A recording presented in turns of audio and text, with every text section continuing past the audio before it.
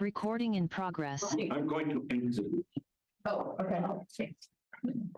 We have some new council members here this evening, and it's a pleasure. I haven't met all of you, some of you, but not all of you.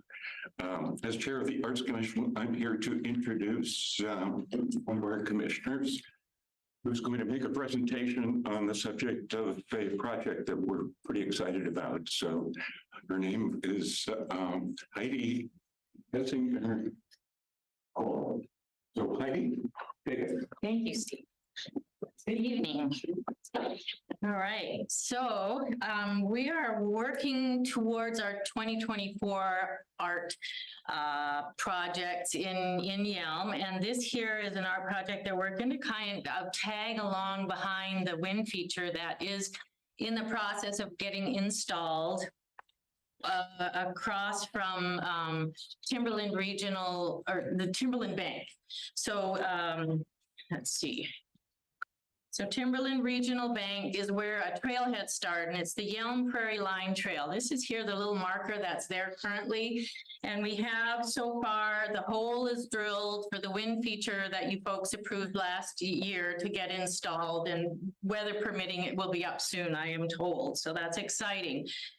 So one of the things that we did discuss in depth when we got that wind feature proposed and eventually approved, you know, that it wasn't a local artist, but that it was, you know, an artist that made functioning wind features. And as a arts commission, we felt that with something so beautiful, it's going to attract attention. People will want to go there. And so one of the thoughts was to be able to put a mosaic down at the base of it that would indeed additionally mark it with a Prairie Line Railway, Pacific Northern Railway marker, which is the historical, what's the right word? It was, what's the right word, Donna Ray? This was a historical marker. Yeah, yeah, like that's where the rail line ran. Yeah, the rail line ran on the, what do they call it? The railway grade. Now there's the Tenino Yelm. I'm just going to share that one. There's the Yelm Tenino Trail that takes off from the other buildings further to the south. But this here would be a mosaic that we were proposing to have a local artist do. So we have Donna Ray McIntosh is a local artist. She is with Mad Hatter Mosaics and is one of the guild artists with Ingenious Art Gallery. So she has made a proposal for this thing, and our Arts Commission is excited and wants to have accomplish this in 2024 within our budget of $5,000 for that year. And this year project would come to a total, including tax, of $1,967.40. Donna Ray is very excited to be here, and she made this incredible presentation that shows some of her work, and I'm just going to share them out with our council members. This is for you to keep and enjoy at your leisure, but this is to just show that we would be highlighting a local artist, and it would accent the existing wind feature at the base, at this historic location in Yelm. So let's see, Donna, do you have a few words that you might wish to say? Yeah, I would love to. Come on up. Hi. So the information that you have in front of you is my bio, is the top copy. The next one is basically just my personal notes so that you have the information really spelled out, what it is I'm capable of doing, what the size and dimensions would be, what the costs are involved, and the potential materials that would be used. I brought samples with me if you'd be interested, and you can pass them around real quick and see. There would be two options. Initially, when I did my first proposal, I was not aware that there was going to be a hole in the center. At first, it was just going to be one solid piece. And so with that and the thoughts of people potentially walking over that surface, then the only material at that time that I felt was safe and realistic was porcelain that is not glazed. So there's no slip. it's safe and it can handle the freeze thaw conditions of the Northwest. Now, in knowing that this would be potentially circling the base of the wind feature, that kind of changes things. That means I can go with a thicker glass that is gloss. That makes it a lot more colorful. It's just much prettier, but it's still resistant to weather conditions. And it would be 2 foot in diameter. It's not that big. It would just be a highlighting. It's not huge. So if you turn to the second page, or actually if you the third page, there's some different ideas. There's the first one, top left, is my initial design, when I thought that it was going to be one solid piece. And then my next thought process was, well, let's add in some of the blue chemist flowers of the prairie to give it some more color. Also keeping in mind that any completed project would have a decorative border of some kind going around. It's just too difficult to reproduce that in Publisher 2007. Anyway, then my third design on this sheet here is actually with a cutout. The dimensions are really loose. It's not exact, but it shows a cutout. And then you'll see lines. So the design is segmented. And that's just to show you that what I do is I create the project in my studio. It's created on mesh in pieces like tiles, okay, already pre-grouted and ready to go. And then I would give that to the city, and then they do the installation with their people, okay? And then I come back and then regrout again to make sure that it's seamless and everything looks great. So that's the process in a nutshell. And then behind the page with the images is just my commissioned art agreement, which is subject to change, but right now, it's today's prices for materials. I'm comfortable with this price. And it would run through Ingenious Gallery until they have their Yelm business license. I have my Washington State business license, and I'm in Roy. You mentioned the BNSF licensing. Right. And then the very last thing is I did contact last year Burlington Northern Santa Fe, who in 1970 purchased the trademark for the Northern Pacific Railway.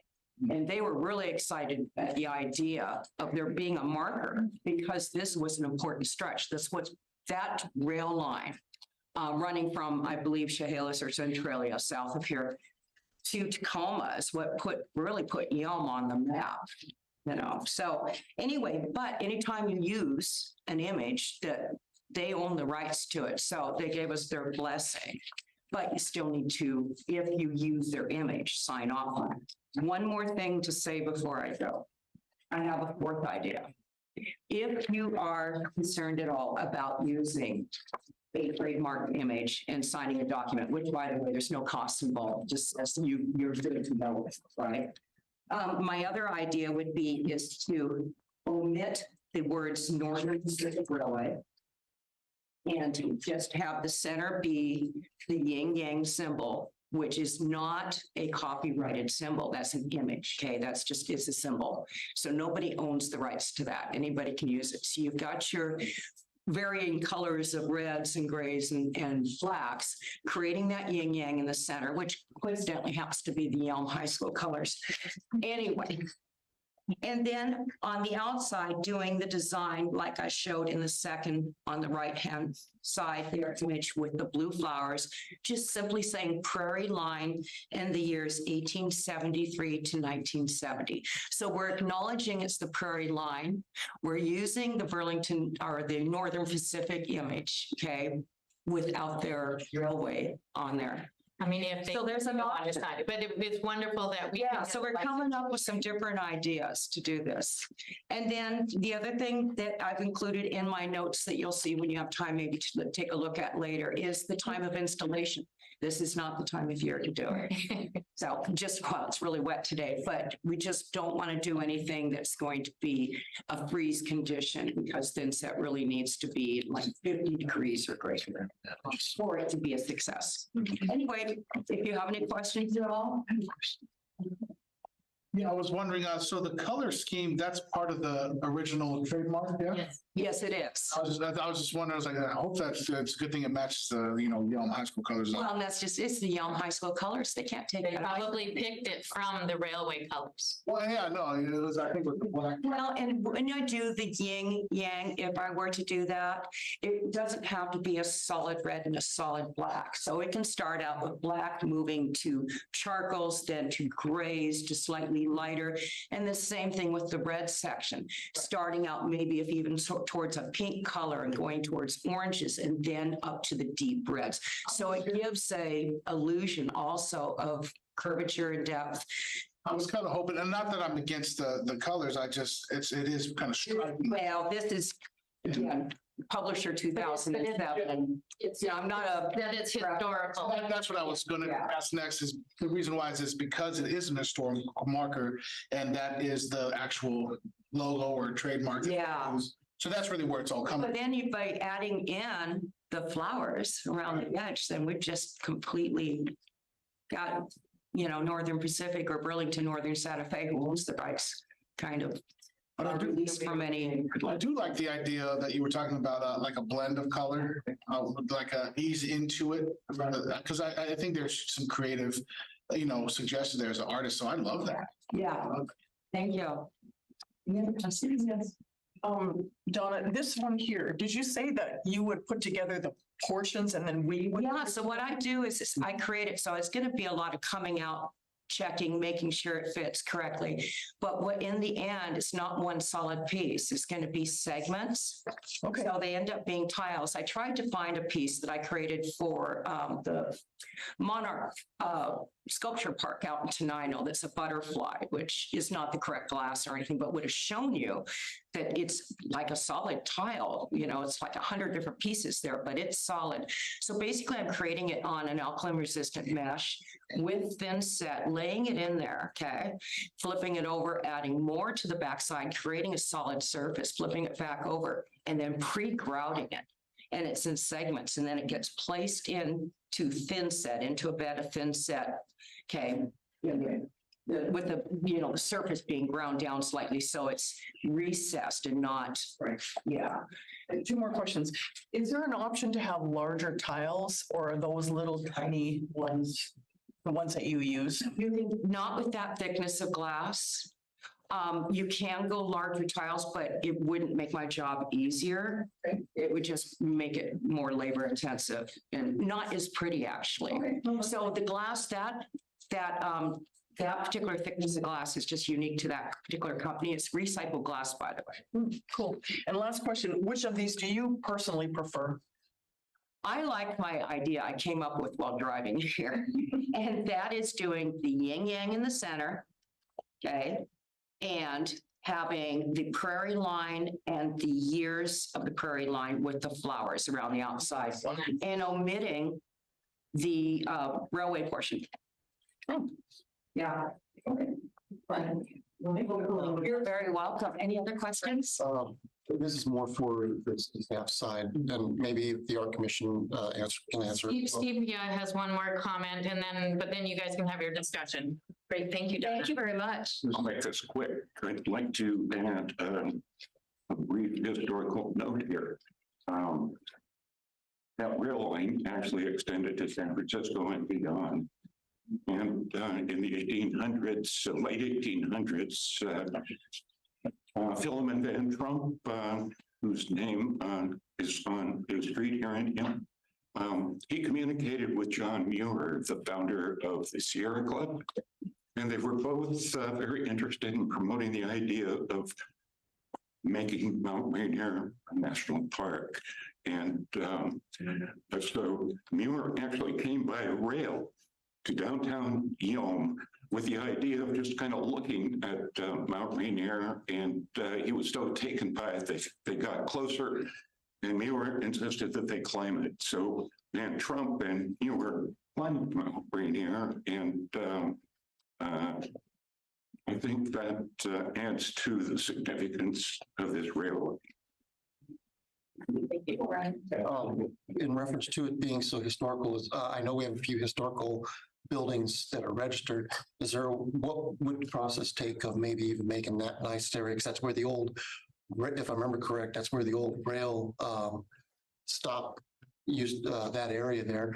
If we could find a way to that put onto the registry as for not national, not necessarily national, but at least for state, for how important it is. The fact that if that rail yard hadn't come through, Yelm wouldn't have been connection with John Muir and a few other historical things, and the importance of that. I think that would be a really nice thing to see if we could do that, to incorporate, and if we can make it all happen at the same time when the plaque gets put in. Yeah, if you want to lead efforts on that, I can get the information that's required and what it takes and all that, and discuss that further. I think that'd be something really nice, and if we can do it again when that gets laid in, also with our centennial coming up, that would be something really, a big deal of putting it out there for a lot of people to all of a sudden understand the importance of Yelm. Yeah, if you want to spearhead it, I'll get the information that's required and all that, and then we can have council discuss it and vote on it and see if we want to do it. I appreciate it. Any other questions? I've got a question. Oh, Tracy. I really like this one. I really do. And I like the one that you have the flowers on. It's very nice. Very nice. And actually this mirror you have up in the upper right corner, I have hanging in my living room. Oh, do you really? Thank you. Ironically enough, yeah, I came home with that not that long ago. Oh, you're being serious. I am serious. You said it earlier and I was like, What I'm curious is, has anybody reached out or spoken to anybody at the Northern Pacific Railway? I did. And what's their feelings on They it? came back with, their attorneys got back to me. I talked with them on the telephone, a gentleman with Burlington Northern. And then we communicated from there, and he had their attorneys get back in touch with me. In fact, I get the DocuSign sent to me at 6 a.m. every morning for the last 7 months. Several months, Yeah. Asking me to sign, to get it signed. It's and I've got a copy of it there in that packet for you to see. The document for, Is the approval to use there. okay, so they're willing to launch. Yeah, they're excited about it. Excellent, as they should be. That's And I'm fantastic. coming from a railway family, I can imagine that if you were to decide to, really spotlight that this is part of the railway and what is part of, Washington State, what it is. The press release potentials and, just publicity alone, it could get big. Because there's people that would be interested in this for a lot of reasons Very good. that are very positive. Anything else? So they've approved all of them. The document is attached there. Yeah. No, you'll see that they were, your legal doc, it shows the 2 images that they have the trademark on. And then if we use those images or that likeness within a design, then that would need to be signed off on it. And yeah, and they just want to make sure it's done tasteful and it's done right. But otherwise, they were excited. Cool. Anything else? None. All right, next up, there's been a regional planning council present. I think Gary's going to introduce folks. Yeah, I'm good. If you don't mind, I'm just going to sit No, here. that's fine. I didn't- But kind of hard to transition from a lovely public art project to the housing crisis in Washington State, but we'll do what we can. In the last 3 or 4 years in particular, the legislature's passed a lot of legislation relating to trying to come up with strategies and for providing affordable housing. There is an affordable housing crisis throughout the state and the country for that matter, and we're not keeping up. And when I say affordable housing, it's all levels of affordability. So people of extremely low income fit into a certain range, usually 0 to 30% of what your average median income is for an area. Low income or extremely low, very low, low, and then market rate, and then above market rate. So I think there are 5 categories. Correct me if I'm wrong. So one of the bills that was passed in 2021, House Bill 1220, actually required the State Department of Commerce to come up with numbers for every county. I think every GMA county, I don't know if it's every county in the state, every county planning under the Growth Management Act, to come up with numbers for each level of affordable housing that the county needs to provide over the next 20 years.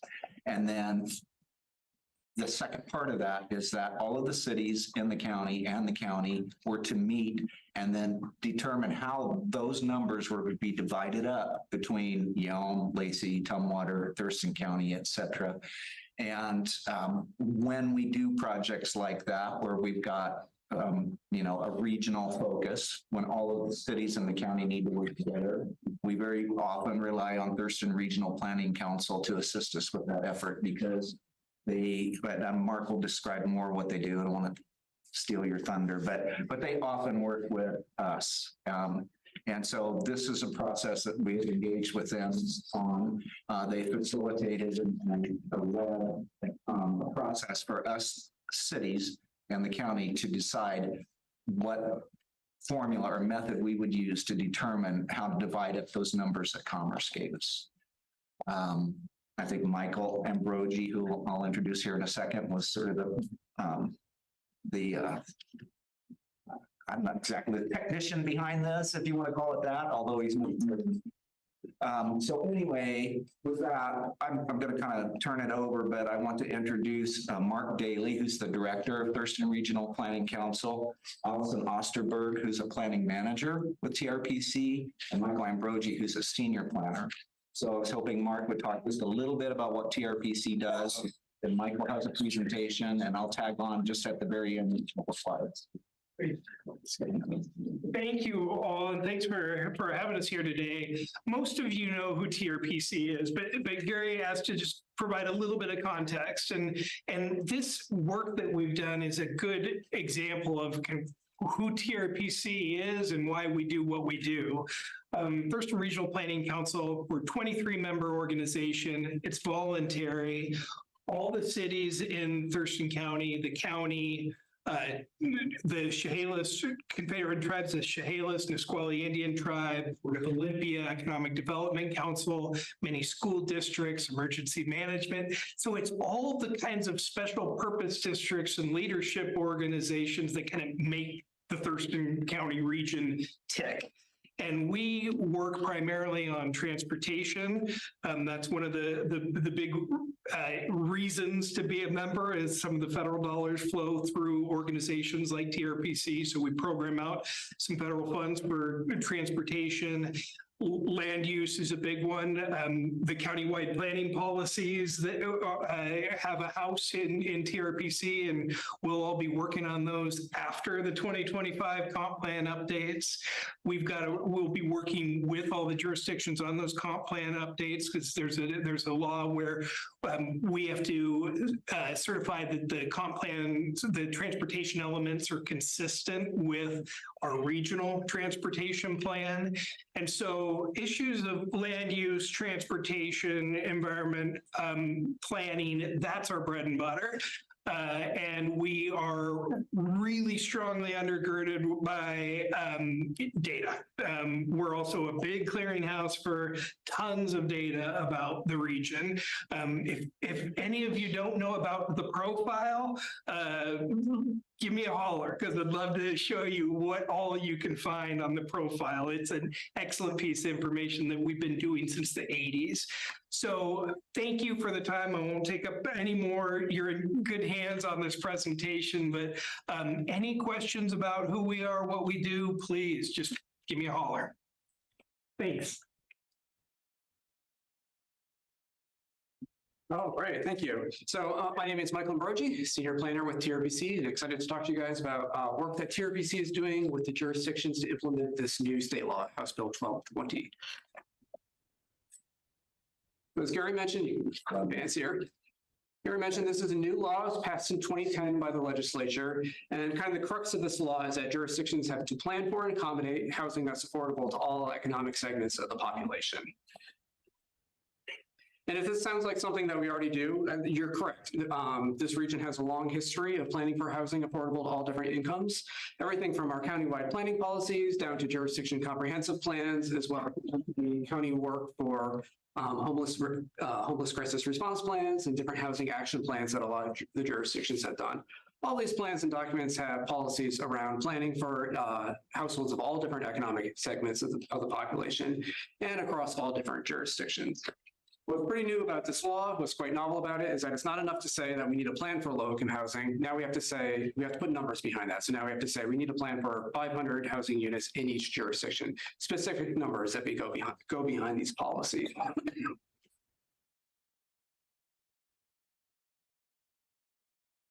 House Bill 1220 is pretty specific about who we need to plan for. Some of these will look pretty familiar. Extremely low income, very low income housing, moderate income housing. These are all defined using Department of Housing and Urban Development's kind of standard definitions. So that's relative to the area's median household income. So example, for a low income household, HUD says that's a household earning 50 to 80% of the area median income, which is about $50,000 to $82,000 a year. The bill also includes some requirements to plan for emergency shelter, emergency housing, and permanent supportive housing. So this would be housing for people experiencing homelessness, at imminent risk of becoming homeless, or folks who need kind of wraparound services to stabilize their housing situation. And we know that the need in our community is quite great. So on the ground right now, there's about 121,000 households in Thurston County. And this graph shows how many of those housing units are affordable to some of the different income brackets defined by the law. So most of our housing is in that kind of low income category, that 50 to 80% AMI. About 40% of our housing stock overall is affordable to someone in that income bracket or less. Looking into the future, TRPC projects that our region is going to need about 54,000 new housing units to accommodate our growing population over the next 25 years. And the orange bars in this graph show the number of housing units based on the Department of Commerce's analysis, the number of housing units in each of those income brackets that we need to plan for. So for some of these income categories, the need's quite great. So I think for the 30 to 50% bracket, we need about 70% more housing units affordable to households in that income category. For the 0 to 30%, I think it's like triple or 5 times the number. And for permanent supportive housing, that's housing that has those wraparound services. It's more than a 20-fold increase that we need over the next 25 years. It's pretty important to note that these are not targets. The law is pretty specific about that. It's meant to represent kind of a realistic picture of the types of housing we need to meet our growing population. So there's no real consequences for not meeting them. The consequence would be there's people living in our community that can't afford their housing. Oh, sticking with the side, we also need to remember that, although we're planning for housing, all of these are jurisdiction requirements. It's not jurisdictions that are building this housing. Most housing production is done by the private sector. Do you want questions while you're talking, or do you want to wait? Oh, you can shoot. Okay. Quick question on, because of this graph. Yeah, absolutely. So you're 120% aim, you need 16,000 and a half more houses, and that's high income bracket, right? That's the highest income brackets, correct. Yeah, and that's kind of a takeaway here, is that we need more housing affordable to everyone. We're going to have high income housing. Why is that number so high? Why is that the highest? No, like you need 16,000. You say you need 8 for those making, 50,000. You only need 8,000, but they only need 16,000. Why is that such a high number? I think that's because most of our households are actually in those higher income brackets. And we need to make sure that they have housing appropriate for their lifestyles as well. It's also, there's a greater number of households in that category, so the need is also greater. So just to add to that, one way that they broke down the lower income categories into a lot of small categories. The 120 plus is sort of everyone else. Everyone. Okay. So we got a lot of really bands that we didn't break it. It's not broken down. It's just kind of small. Okay. Just to touch on the 120 as well, the law doesn't require us to plan for those higher income households, but we include that data here just so everything adds up to a total.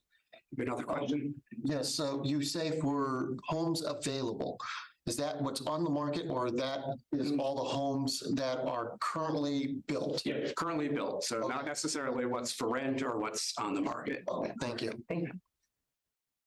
How are you going to ensure that you can build a house inexpensive enough where someone in the lower incomes can afford it? That's a great question. I think we're going to kind of touch on that with Gary's part towards the end. So another question here. You've got future need. I'm curious what you're basing that off of exactly. What type of time frame are we looking at? Yeah, so that's a 25-year projection.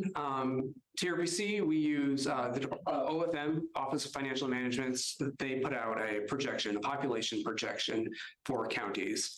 And then TRPC kind of turns that population number into a housing unit count. So we look at kind of our changing demographics, changing household sizes to come up with an estimate of how many housing units we're going to need to accommodate that population growth.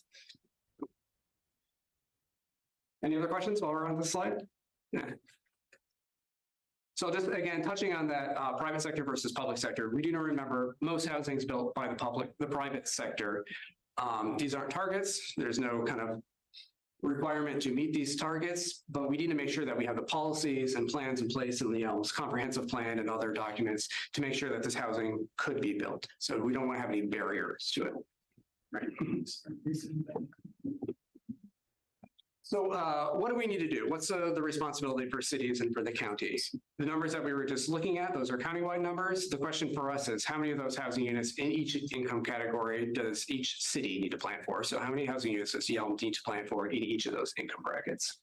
And this is where the state law really gives us a lot of discretion. It really says it's up to the cities and the counties to kind of come together and develop their own methodology, their own plan for how to distribute that housing need, how to allocate that housing need to the jurisdiction level.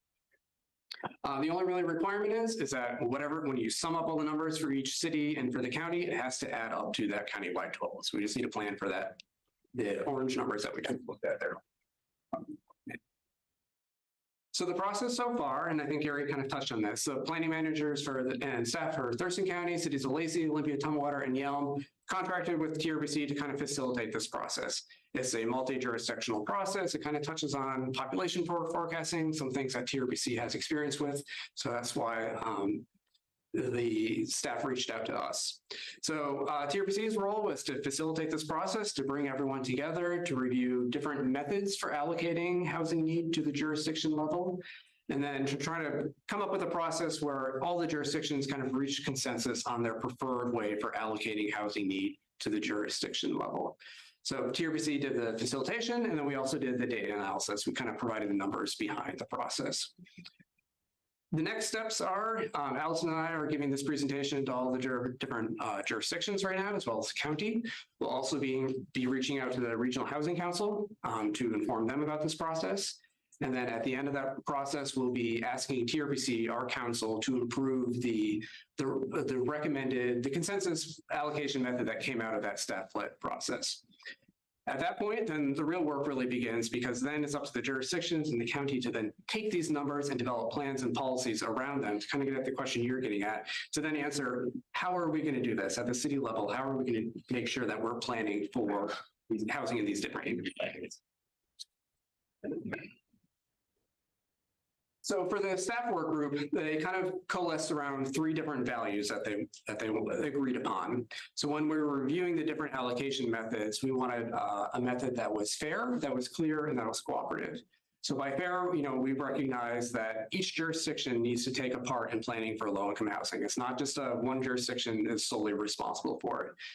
Clear, we wanted a process that was fairly easy to communicate to the public, also something that could be replicated in the future. So we didn't want to use a lot of outside data sources, things that would be difficult to update, because we anticipate having to do this again in the future. And then finally, cooperative. We wanted consensus. We wanted all jurisdictions to kind of agree upon and be okay with the established allocation method.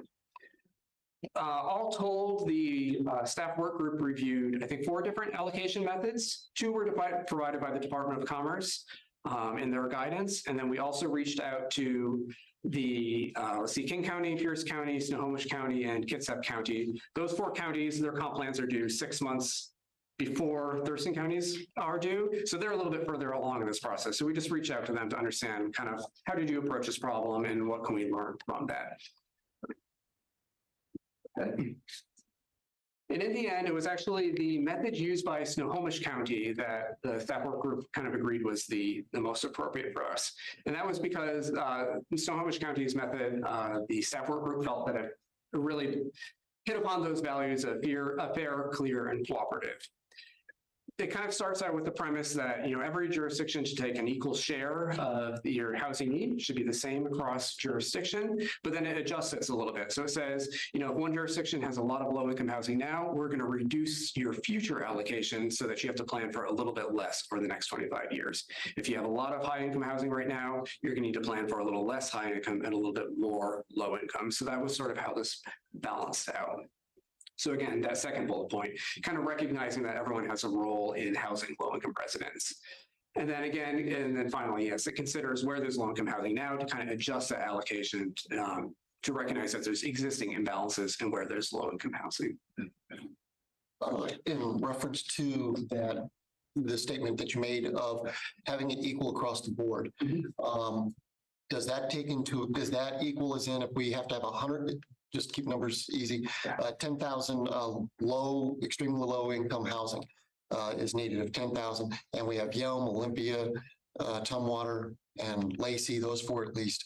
Is it 25,000 for each, or 250 for each, or is it going to be based upon what the makeup of that community already is? It's towards the makeup. So it looks at the proportion of new housing, recognizing that everyone is growing. Some communities are growing a lot, some communities are growing less. But kind of the premise is if we need 5% of our future housing to be affordable to a low-income household, the starting point for this allocation method is that 5% of each community's growth should be low income. So it's looking at that share, not the total number. Yeah. So we talked about the allocation method a little bit. Let's look at some of the numbers specific for the city of Yelm. So right now, 2020, and this is coming from the 2020 census, there's 3,400 housing units in the city of Yelm and about 515 in the urban growth area, unincorporated UGA. Over the next 25 years, we're projecting Yelm to grow by an additional 25,000 housing units, or excuse me, 2,500 housing units, and about 144 new housing units in the unincorporated UGA. And those projections are coming from work that TRBC does. Those are our population and housing projections that were adopted in 2018. And those are based off of a number of things. We look at kind of the zoning, we look at development trends to kind of come up with a baseline projection of how much housing we expect to go into the city based on adopted plans and policies at the time of the forecast. I'm sorry for my own edification. I think you said we were going to need to supply 2,500 housing units, isn't it? 7,500. 4,050. I'm just saying you said 2,500. Oh, okay. So misspoke there. Sorry. Yeah, 7,500 over the next 25 years. An additional 4,000. No, an additional 7,000. Yeah. So there's 3,400 on the ground right now, and an additional 7,500 over the next 25 years. So 2020 housing's 3,456. The 2020 to 2045 kind of insinuates you're including that 3,456, and our total will need to be an additional 4,000. So the 7,500 is just new housing. So the total of 2045 would be about, what does that work out to? About 10,000 housing units. We got a question. Yes, you mentioned the UGA. If we happen to reach our boundary before 2045, I mean, those numbers, just 144, I'm just wondering on how is that going to, because we don't get to keep increasing. We have an actual border. So if before 2045, we've reached the edges of our UGA, I'm just kind of curious on that 144. Yeah, so the 144 is just within the area that's currently unincorporated, but still within the UGA. So depending on how that builds out, it could be annexed in the future or it could remain in the UGA. Thank you. You got a projection here adopted in 2018, which indicates that this is 5 years old information. How does that from 5 years ago compare to where we actually are today? That's correct. Yeah, and I should have looked that up. I can't remember how much. Yelm's grown quite a bit just since 2020, even if we look at the past 2 years. And I don't have the numbers on me for how many housing units been grown. I just know that in 2018, growth was highly anticipated. So I'm just curious if we actually reached the level of growth that was anticipated at that point, because obviously things have changed drastically in the last 5 years, things that we didn't anticipate. So I'm just curious if it actually laid out like it was expected to. Right. Yeah, I have to go back and look at that. Unfortunately, the cycle for doing the forecast updates and the buildable lands reports is kind of set by the legislature. So the idea is that you do the forecasts 3 years before you do your comp plan update, so you have numbers to plan for in your comp plan. It also means that by the time you're updating your comp plan, the projections are increasingly out of date. But we have some data where we could look into how growth trends have compared to maybe what we expected that to be. Any other questions? Sorry. This might be more for Gary. With current zoning, how many housing units can we potentially be built right now? And, do you know? Actually, no. I mean, we've got a lot of multifamily zoning. And part of, I think, what we're going to do as a next step is do a land capacity analysis to see whether or not we might need to do some rezoning. I mean, we can always rezone if it looks like we're not meeting our density needs or growth needs. Most zones allow you to plant or allow you to build for a range of densities. When we do our TRBC forecast, we don't look at the highest end or the lowest end. We kind of look and see what developers have been doing over the past 20 years or so to come up with a most likely scenario. So these numbers probably fall a little bit lower, the maximum that could be built out. So I'm just curious, just make sure, like, okay, we want 7,500, but do we have land and zoning to make 7,500, or what do we have? I'm confident that we do, but when we just did our joint plan update with Thurston County, which is where those areas outside the city that the city will be annexing, the urban growth area, we added a lot more R16 zoning, which probably will address the need as we go forward. When you project these numbers, I'm sure you probably have a good assessment of the city or whatever city you're looking at with their zoning laws and a map that shows everything. Absolutely. Okay, Yeah, so we use all the zoning that's on the ground at the time of the forecast. We also have a stakeholder committee. So we work with staff from the different jurisdictions. We also have some reps from the real estate development community, and they kind of review all of our products, and we meet with them along the way. with that understanding, as Tracy was mentioning, the 2018 was coming from whatever zoning law, whatever was zoned in that time period. Correct. Yeah. It's probably not too far off from where right now. I don't know. The zoning at that time? Yeah. It's pretty much the same. I mean, yeah, it was the same. We have a little bit more residential zoning now than we did in 2018. Right. There's been a few annexations as well since then. Yeah, I got a kind of a question also, like with such pressure for habitat needs for humanity, I mean, is like Thurston County going to roll back any of the gopher, requirements so that they can actually build on properties? Well, we're working on, it's really not the county, but it's the U.S. Fish and Wildlife Service that is the It's regulating that. agency on that, but we're working on our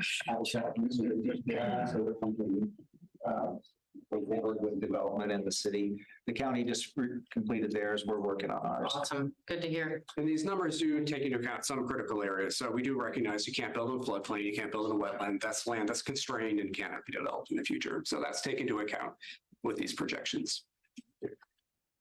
Good. Yeah, I think we're good. I'm curious if you guys discussed, because it's a lot of growth for us here, and if you don't live here, then you may not be aware of the traffic situation we have.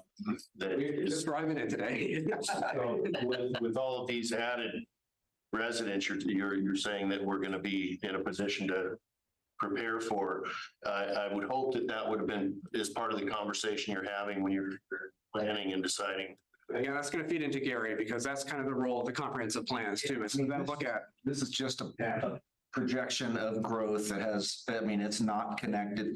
This projection is not connected to whether we have a bypass or not. No, I understand that. Yeah. But what I'm concerned about is it sounds like we are going to be forced to some level into compliance with these standards. This is the new, everybody needs to take their fair share of this type of housing and that type of housing. My concern is we've had these conversations. I've listened to a lot of them, and we're not talking about the number one problem we're having out here, which is, we got traffic that's not moving. Yeah. Well, I mean, right now, the legislation says we must plan for and accommodate the development of these housing types. There are no consequences yet in legislation if we don't meet these goals. These are rules that we've been given. I understand, but I'm curious if in that conversation, are they discussing this reality that, look, we are trying to work with you on this one, once it does finally reach the point it has teeth? Yeah. You know, are these is this issue being taken into consideration in these discussions? I guess is my. So far as I know, it's not being taken into consideration for this particular piece. I mean, of course, it's happening internally and discussions with DOT and everything. In some ways, we're just sort of separate from this, but there are other pieces of legislation that require us now to, for example, allow up to 2 accessory dwelling units on any single family lot in the city. And we're not allowed to analyze them for traffic impacts. Wow. Yes. Kind of go along with what Councilmember Wood was talking about there. You say that we're supposed to accommodate and plan for, that includes the infrastructure that's part of it. You just can't say, okay, we're gonna put houses here and ignore infrastructure. We have to have that plan for the infrastructure. And if Washington State Department of Transportation and all that whole movement of people is not being discussed, then we need to throw up the red flag. And I'm surprised that other counties and other areas haven't thrown up the red flag yet of, hey, legislature, you're asking us to throw within 25 years, 7,000 people into just Yelm alone. The county was 100 some odd thousand, but we don't even have the infrastructure to move these people. So is there a reason, is that red flag been thrown up there? Well, I mean, do you want to, I mean, I know on this because I've been talking to goodness. statewide, there are 17 organizations like ours. This is an issue for every single jurisdiction across the state in terms of the concern about these numbers are high. Universally, I have not heard from any jurisdiction that looks at their projection and says, yep, we can do this, no problem. And that was part of what the legislative intent was if we're not looking at what the projected need is, then we're going to never get ahead of this. But every jurisdiction has also said, I don't know if we've got enough room for this. I don't know if we've got the infrastructure for this. And I think that's also why when the state did this, there isn't teeth in this at this point. This is kind of meant to be a little bit of a wake-up call, for lack of a better term, of this is the growth that we expect. These are the types of housing that will be needed for that growth. Because if we're not talking about it, then we won't make progress on it. And so that red flag has definitely been raised by really every jurisdiction that is doing this work. Yeah, I guess I just want to add, so the state's not saying you must accept this population. It's saying you're going to have this population. What they are saying though is, from this population, you need to plan for and accommodate housing types to accommodate the various income levels. But the population itself is going to come here whether we plan for it or not. And of course, we have to plan for capital facilities and infrastructure. That's our job, but we do that through our comp plan and our transportation plans and other things. Go ahead. I'm sorry. Gary, you say we would have to accommodate. If we had a builder come to Yelm and say, I want to do a plat and this is my plan, I've got $200,000 homes I want to build here, may I do it? Would we not say yes? Of course we would. So we're already accommodating what people want to do. But how are the builders going to afford to build a house that a low-income family can afford? So we'll talk about that at the end of the presentation. A real answer? Our housing action plan, which we worked on over the summer. Water rights come into this as well? Not anymore. So, okay, let's get back on track. And I just want to say one thing that I think, tell me if I'm thinking right. This is coming down from legislative level. Correct. This presentation is not, I understand about the traffic and all of that, but this is the projection, just be aware of it. once this is done, then it's going to be up to the city to kind of decide what and how to do, correct? Is that a fair Yes, word level? state law, we already know that we have to plan for future housing growth. OFM puts those numbers out. We've got estimates countywide for how much housing we're going to need. TRPC has done some work for, at the jurisdiction level, how much population. We were charged with not about. Today, we're just like, Yes. of that little sliver, now we have to say, okay, well, how much of that growth is likely going to be in income category? So can we, do you have some? The messenger. No, I think it's just that we're getting hung up on the fact that they're not here to the transportation, all that. Yeah, it's a mess. Agreed. But that's not. It's a small sliver, but these are really important Yes. questions because that's where the meat of this work is going to be, is actually turning those small numbers into, policies. Okay. Can we, or do you have something that you wanted to say, or can we move on? Well, no, I agree, but we also, again, you're right. This is just the housing portion, but if we aren't looking at the fact that 507, 510 are 2-lane roads, that you all of a sudden throw 7,000 people here in Yelm alone, 2-lane highway is not going to accommodate 7,000 more cars. Understanding, but what Right, they're. I understand that, but if we are saying, okay, yes, we've got the urban growth, we've got the land, we've got the capability of putting houses, but we don't discuss and prepare the community for the fact that 510 may all of a sudden be changed from a 2-lane road to a 4-lane road, which means how many houses, how many businesses are about to lose frontage. These are things that we need. We are planning for that. You understand, you're on a public service committee, you know about the roundabouts, you know about the bypass. Right, and I understand. Let him finish his presentation because I understand what you're saying, but they weren't charged with all of that. That is correct. I mean. All those issues are fees and They're all important issues. This is specifically for housing. Let's let him, can we get through the presentation, please? I just got a couple slides. Okay. And then run. You're sparking engagement. So it's good. Yeah. So we talked a little bit about what's on the ground right now. We talked about the housing need, kind of these total housing unit numbers. The last 2 slides are just, again, turning these numbers into income brackets. So first we'll look at 2020, what's on the ground right now.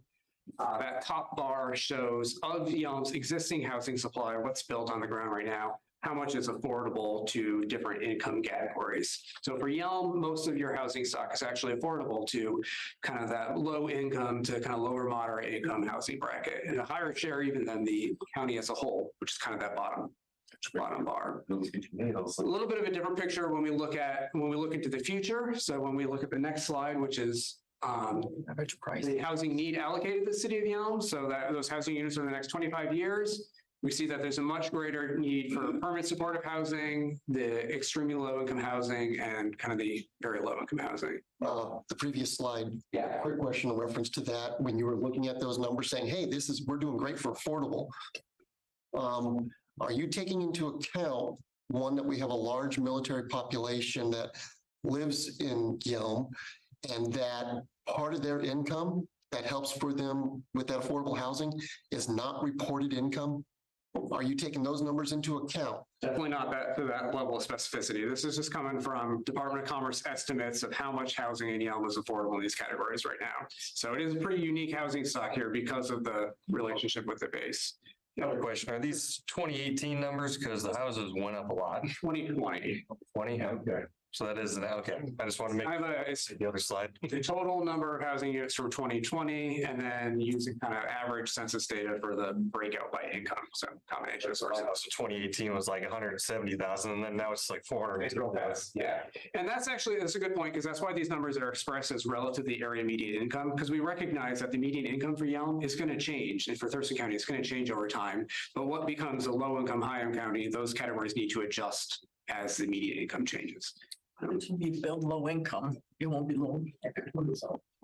And then finally, last slide for me, just looking at the housing need allocations, really the crux of this presentation today. This is based on the process that we had with the staff work group, the preferred allocation method. This is the numbers for the city of Yelm that Yelm should plan for as part of their comp plan update to ensure that every household in Yelm in the next 25 years can afford to live somewhere safe and affordable. Yeah, Do you have the one that just shows all of the jurisdictions? Oh, yeah, I'm sorry, there was one more. So let's take a look at that. You didn't want to show it. Yeah, no, this is actually the good one, because this is looking at low-income housing units across Thurston County. So how many are going to go into different jurisdictions? So the dark blue is for the cities, the light blue is for the unincorporated urban areas. So you can see that about 30% of the low-income, based on this preferred allocation method, about 30% of low-income housing is allocated to Lacey and Olympia, 30% each. Tumwater has the next highest share with just under, what's that, about 18%, and then Yelm fourth after that. So about 15% of low-income households is allocated to the city here at Yelm. So just to get a sense of how this one town looks compared to the region as a whole. But when I look at that, it looks like Yelm is Tumwater and Lacey. Yeah, so Yelm is more than the cities of Tumwater and Lacey. Lacey has quite a bit of development capacity in its unincorporated urban area. So the challenge, my simplistic view of this, so we're growing faster than any city in the county, and we're going to need to provide, relative to our size, what I consider to be a huge number of units in all of these levels of affordability. And that's where the roads come in with you guys. Is that it, Michael? The next one there, but just to sum it up here, because like I said, we talked about this earlier, but this is just a small piece of the puzzle. The real work now as you update your comprehensive plan is going to be to say, how can we make sure that this growth can happen in a way that really doesn't affect the quality of life for the region? And we have a consultant on board who you guys are aware of, you met with, had a presentation from last week, I think. And all of this work and a lot of other work related to housing will go into the housing element of our comp plan. So, And Gary, when is the bypass planned for Cody? The near future. January 25 is the date where it's supposed to start, or so it's supposed to go to bid, January 25. And I have not heard different from any professional source. Yeah. Okay, any other questions? Comments? All right, thank you. You're on hot seat. So I just have two slides, and each slide is connected to something, but I will go through the two slides, and then because I'm really bad at sharing screen and changing screens and all that. But one of the things that we will be doing, what we are currently doing and will be doing going forward to sort of plan for and accommodate is work with the Regional Housing Council. And in a second, I will go to their webpage and kind of show you what they're all about. And then but the quote, Regional Housing Council was created with the primary purpose to leverage resources and partnerships through policies and projects promoting equitable access to safe and affordable housing in Thurston County. That's kind of their mission. And then the other piece, which I hope will kind of get toward the questions you were asking, Terry, about, what are we going to do about it? The Yelm Action Plan, which we adopted in June of 2023, lays out sort of our goals and our actions that we want to try to implement to get us toward this. So let me see now. Glasses on. And Kathy, while he's doing this, is it possible to get this PowerPoint slide presentation sent to at least myself and the other council members if they want it? I will email them to you tonight. They also will be uploaded on the website with the agenda for the public too. So I just want to draw your attention to the webpage for the Regional Housing Council and talk a little bit about it. I think, and Mark, you may have more information even than me, because I'm relatively new to it, but it is comprised of elected officials from the county. So Councilman Hess is our representative to the RHC. They are sort of both a policy and a funding venue for affordable housing type projects.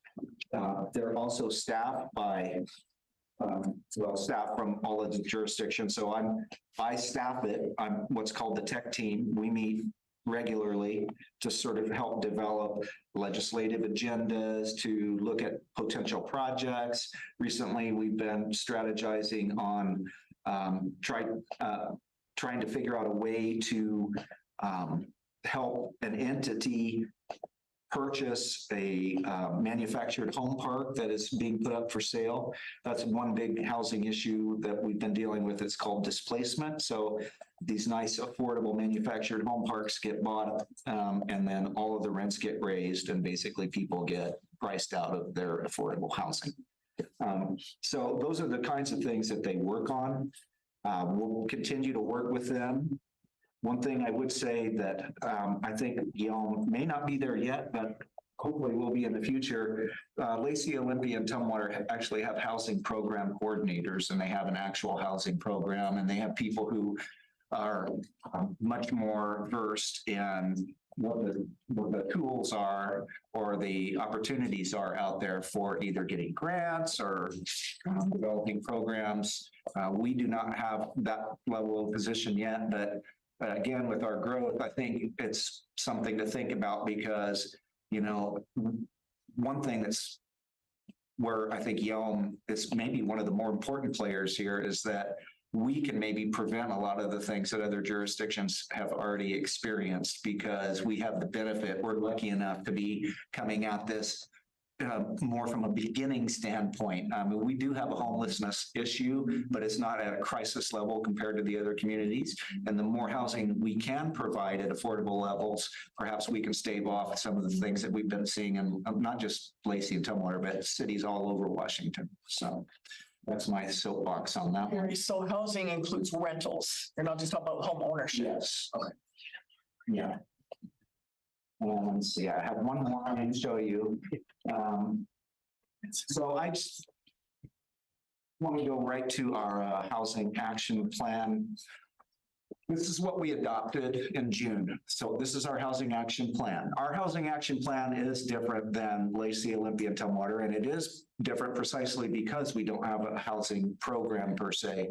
So things relating to funding, you know, we didn't want to commit to something, funding something when we didn't have the mechanism in place to do it. So ours is more modest from that standpoint, but it includes the basic goals that all the jurisdictions have. And so just as an example, and I don't know how well you can see that, but so goal 1, encourage a variety of housing types, densities, and a range of affordable housing. And under that, we have 8 actions. And well, there we go. Cody's always coming to the rescue for me. Thanks.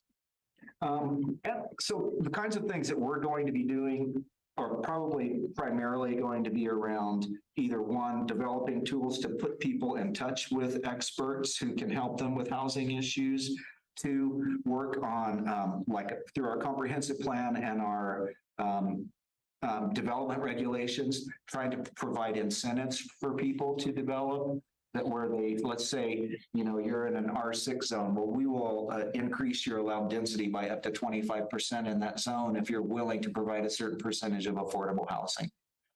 Obviously, some things we're being required to do, like the accessory dwelling units. But I guess what I'm saying is we are, at this time anyway, just trying to provide incentives to allow developers to come in and try to find ways to make it affordable for them. So you're saying like zoning is going to have some stipulations? So it's like, so zoning is going to have some type of a stipulation to entice developers?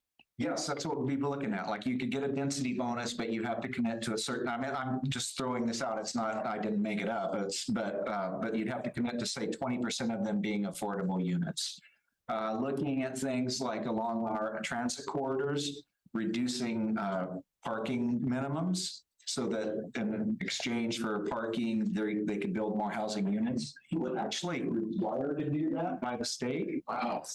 So eliminate parking so we can bring more people to move in here? Is that what you eliminate parking? No, I didn't say eliminate. So we actually, I mean, these are some of the pieces of legislation that we still haven't caught up with.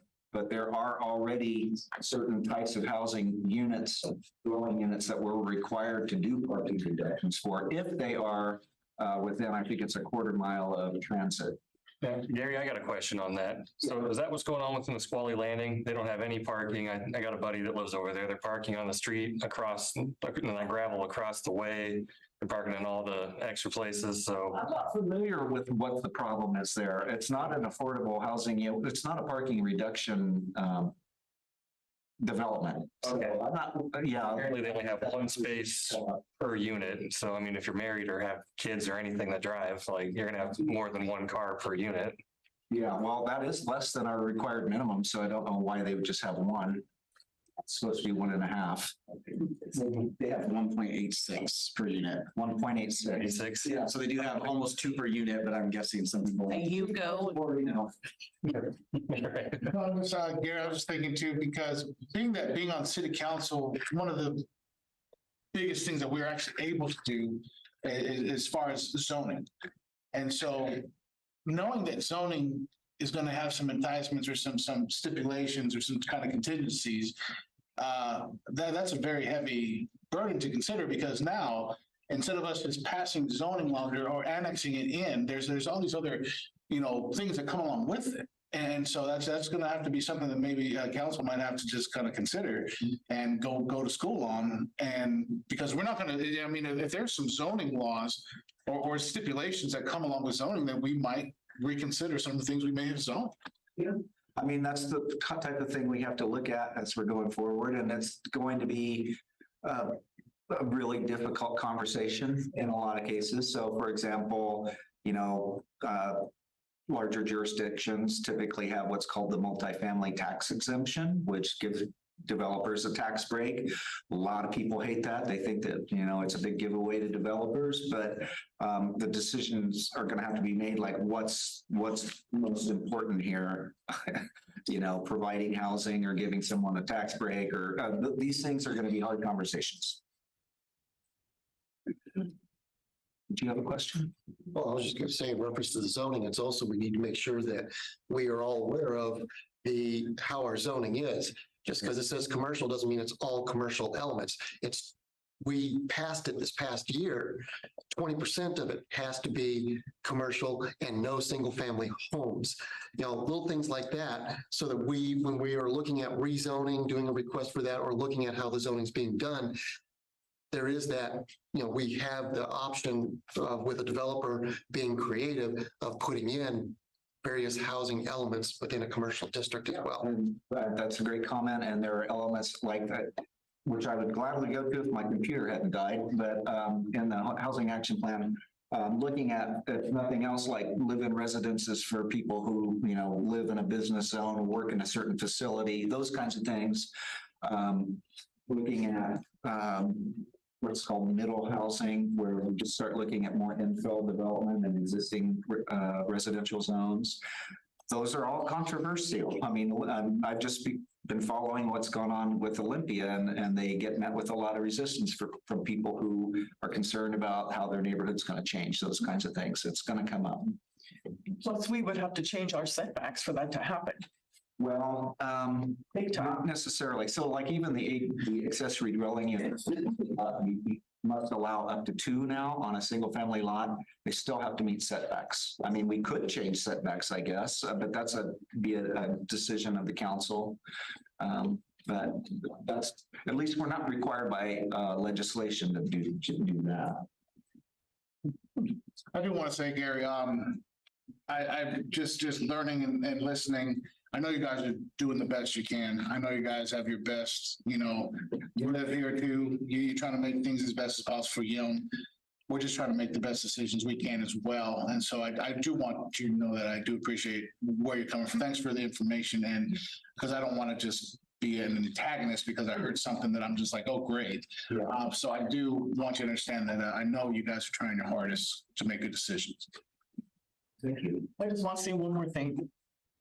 Our current builders are building entry-level 900 square foot 2-bedrooms homes, and they're selling for about $430,000. So how are we going to incentivize a builder through whatever, a couple parking spaces, where he's going to give up $200,000 to sell his property and make way less money, half the money? Yeah. I don't know where you're going to get the money to make that happen. And now with the new can't put in propane, all those things, costs are going to be higher. It just doesn't make sense. I think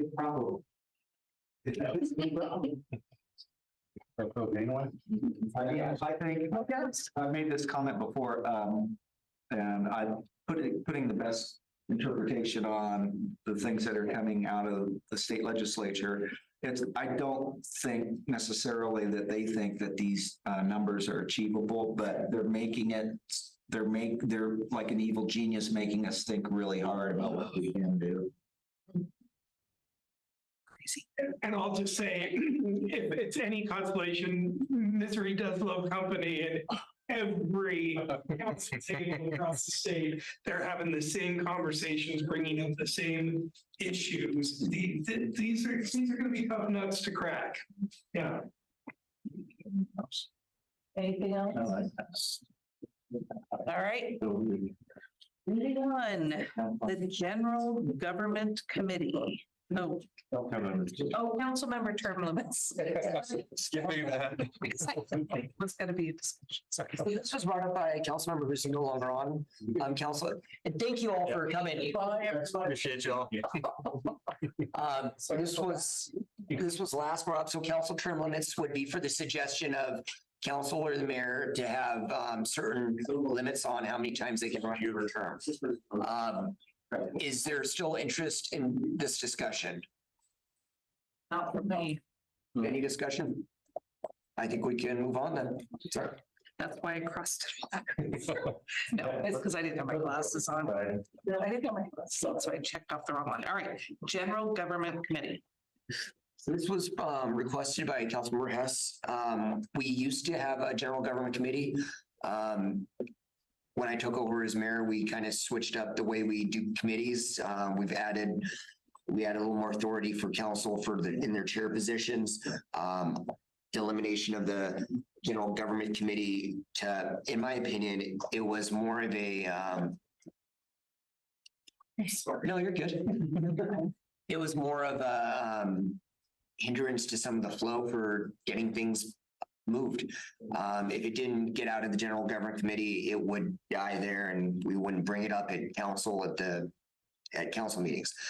Or the committees.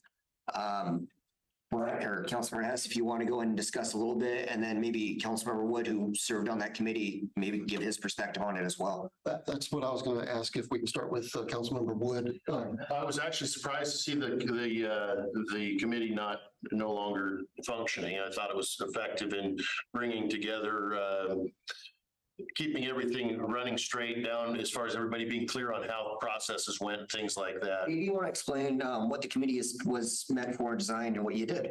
Well, that's exactly what I'm saying. It was my understanding in the way I operated on it and was led to believe that it was to bring together the council as far as the group at this meeting which included the city administrator, would bring together methods and processes on how to let the rest of the council move forward on issues. So when the rest of the council would have something they'd want to discuss and bring forward, it gave them, instead of coming to this meeting and saying, hey, I want to talk about this, it was an opportunity to kind of consolidate, figure out the right way to move forward, the right process, and getting that information to the rest of the council so we could be effective at addressing whatever that issue or reason was. So those ideas that you bring up, like in your public works, public services committee, rather than just bringing up like you do now, you would put it to the General Government Committee. They would decide whether or not you hear it or not, or which committee it would go to. Just to be clear, it wasn't a matter of whether it was the General Government Committee felt it was worthy. It was more so, what is the right process to send this through? Where does this need to, what pathway does this need to travel? And I just, to the council at the right time to make a decision. Right. And the reason why I wanted to bring it up and have discussion for it is to have the council having a seat at the table of putting the agendas together, to be able to make sure that not just the administrative's priorities and that side's priorities are being put up there, but also members from the council are saying, hey, these are some issues. These are old business that have not been talked about for months that we need to bring back and things like that. That's the only reason why I want to see something like that. So, there's not just the executive side is putting together what we're going to discuss, that we also have a say of, yes, these are things, and making sure that there's that connection of meeting that we as council members are supposed to be discussing things we have our priorities there as well, not just from one side, the appearance of that, more transparency on that side. Are you referring to more agenda setting? Yeah, that's what I thought, when I looked at what the General Governmental Committee was talking about, they also put the agenda together for what we were, is that correct? That it was the agenda of what the council meeting was going to be covering? It was a process of deciding where it was going to, which pathway it would travel as to get it onto the agenda. But no, they weren't creating the agenda. We were creating the agenda. We were just providing the process to whatever council member, rather than coming in here with no clear idea of actually, I have these ideas and I wanted the rest of the council to be informed on this and the administration to know what I'm thinking and where it's going, bringing it to a smaller group and saying, hey, this is what I've got. How do I move forward with this? Have you ever had something that you've wanted on the agenda not be on the agenda? Well, there's a lot of old business that kind of slips off. I mean, I will say what I've been bringing up past couple months, see, we had the discussion, there was 2 formal meetings about it and 2 formal discussions about it. Then there was an informal discussion that all of a sudden it slipped. There's a lot of times when I'm going through notes and there's something that was discussed that old business, there's never anything in there. And so what's the process for we as council members to be able to say, hey, there's this old business that other than, like I did ask, and hey, can we talk about the EIC? And it was stated, well, it might be on the December study session. It might not. No, I said that the multiple items you asked for, asked for multiple items to be put on study sessions. I said, absolutely. We'll start with December and we'll just go down. And that's the thing. That's what we're doing right now. Right. And as I say, that's what I'm looking for, is just a way to be able to, with our agendas, to be able to go, here's old business that hasn't been settled yet. It's still out there. It's floating out there and it still needs to have an action. And if a no vote is going to say no, then boom, it's done, never ever to be brought up again until there's another round. And that's what I thought you're right on the level that it was an opportunity for us to speak to the administrator, for the council to speak to the council, to speak to the administrator and say, hey, look, what's going on here? Just like you're saying, hey, I'm still curious about that. And the opportunity for the administrator to say, oh, well, actually, here's what's going on. Here's the latest, give you what you need for council members. So there was, was it 3? It was 3 It was myself, members and Cody Colt, administrator, right? Correct. That's who it staffed at that point. We could staff it with whoever, but Right. Isn't that kind of a redundant thing though? That's what I'm thinking, because I don't know, I guess I feel like. It didn't, like right now, if let's say Trevor, he's brand new and I'm sorry to pick on you, Trev, but so he's got something he wants to ask, he wants to be curious about, but Trevor doesn't want to make himself look like he's not informed, which, is natural reaction in that situation. So it creates a scenario where you don't ever have to worry about that. You can, he can ask whoever's on the, whatever member happens to be on that board. And, ask, hey, what about this? Who can take it to that government meeting? And they can literally talk directly with the administrator who knows all this, this information or has access to it. And then, can go whatever council member on that board Trevor went to can say, okay, Trev, this is what's going on. Or the administrator from that point can go to Trevor and say, hey, I understand you want to know about this. This is what's going on. And this is, help us all understand better what the processes are and why we're doing what we're doing. Can't they do that anyway? I mean, I'm just like, if I. He's not on it now. The way that we did. Right. No. But no, I'm just saying, that's how we do it now though. We just bring it to the committees and they just do it. That's the redundancy. Or like if I guess because it is different, because it would be new to me as well. Like if I wanted to know how to go about doing something, I would ask Todd. Probably I would go to him first and say, hey, what would I do to get this? But I don't. Right. And what we came across was there were situations that, like you're asking, hey, Todd, what would I do in this situation? And a lot of times a brand new situation. So which allowed the government committee to decide, well, what would be the best process to move this forward? Would it be running it through, through the finance department, or would it be running it through public works, or would it, just deciding on where would be the best direction to chase down this information as to what would be our best move forward and how to go about that. The biggest reason I did cut it was because I just want to cut out the middleman rather than go through that process. Just go to the committee directly as the member. And you guys, women, have all been very good at creating those ideas, taking or whatever ideas that you want and just go running with it. So it kind of eliminated the need for, and that's the whole reason I thought of it, because I thought it was redundant rather than go through, if I have an idea, I wanted to do, let's say, the small business program. I brought it to the general business or the general government committee. And from there, I thought it did die.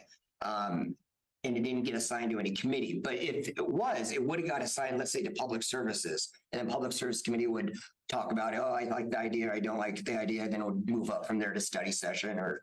The pros and cons would be discussed at that level and then. Yeah, no, I get it. It just feels to me like a layer that's not needed, but I didn't experience it, so I It can't. just helped to, at the time, it helped to develop processes that, we were trying to get more streamlined and more transparent on, and it just made it, it gave an opportunity to try to work this stuff out before it was in part of a 45-minute discussion in a study session. Just all got it.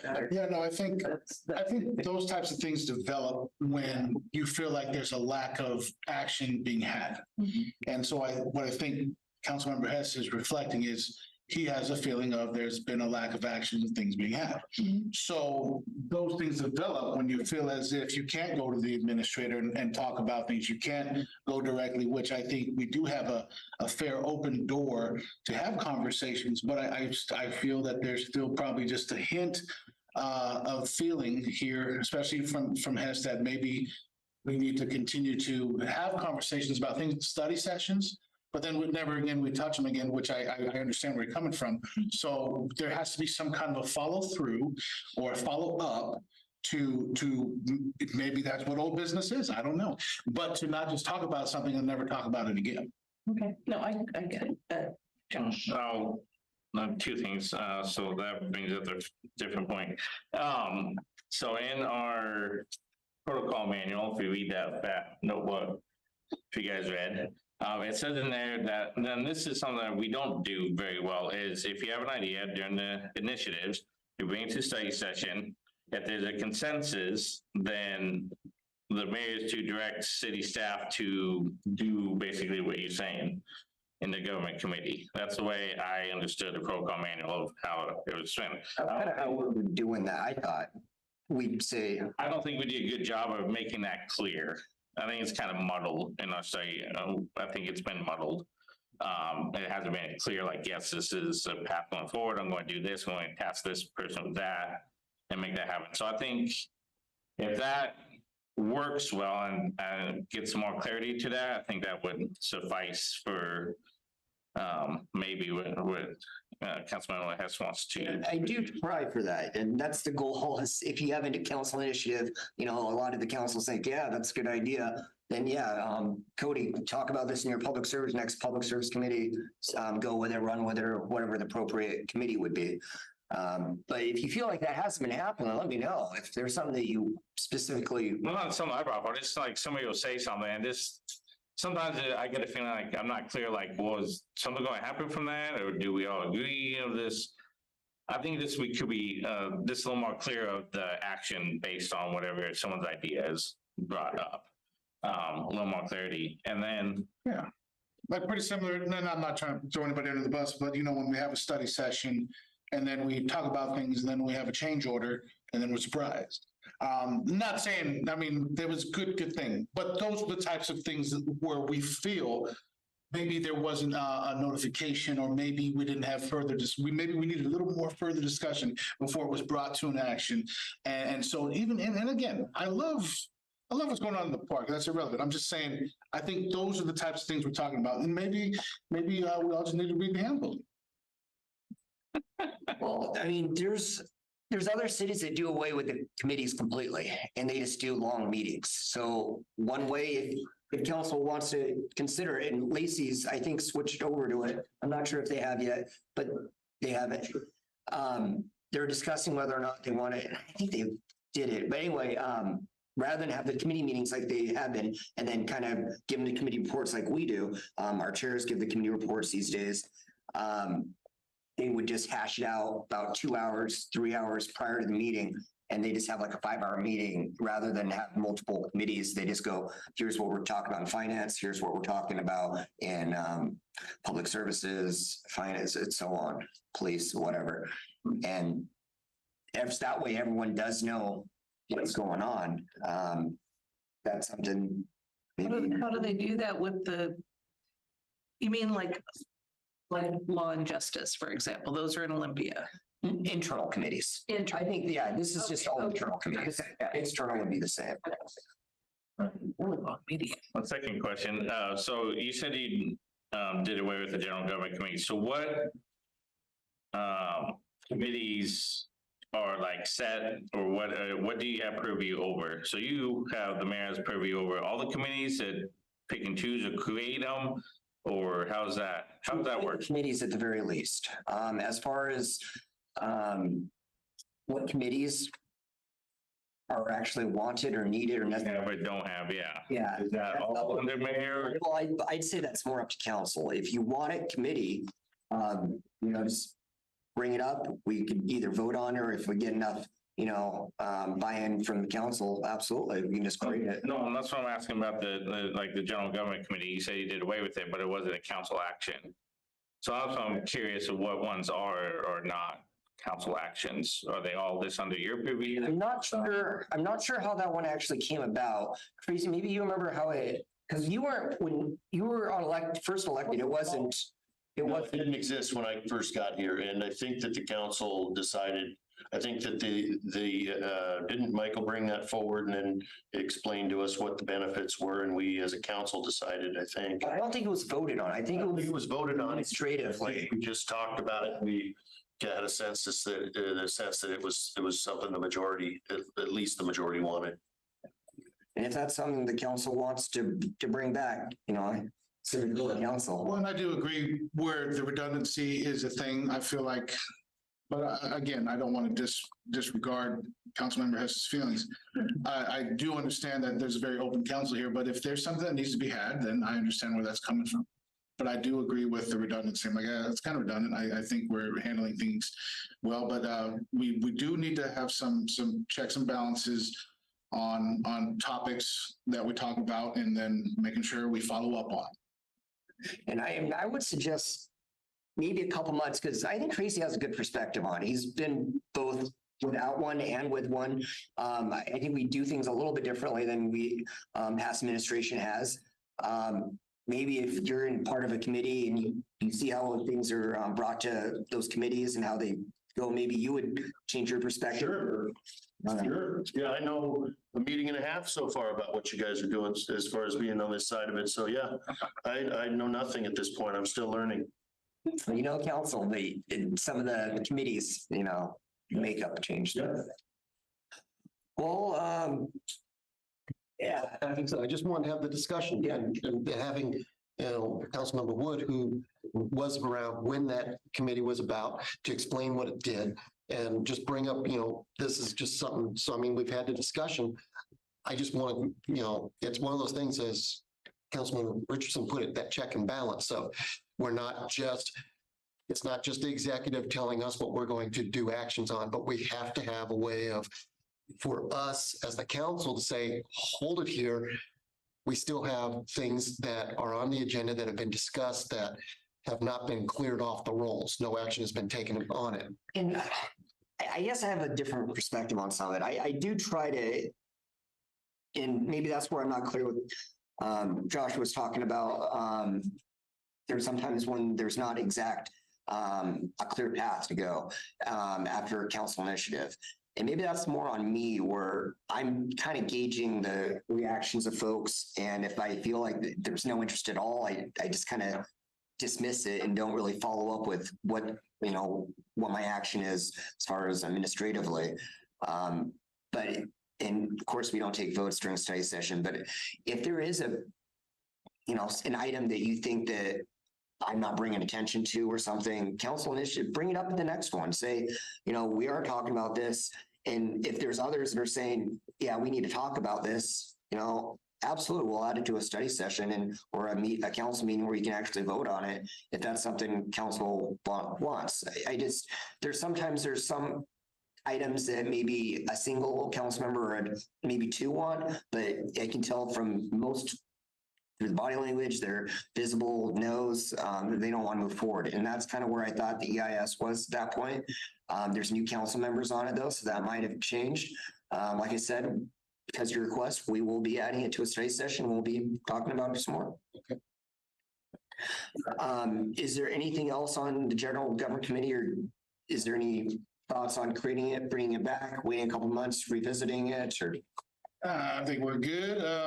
I think you guys just handled yourself very well right here. I think we just had a very good discussion. I think we were open and opinionated and mature.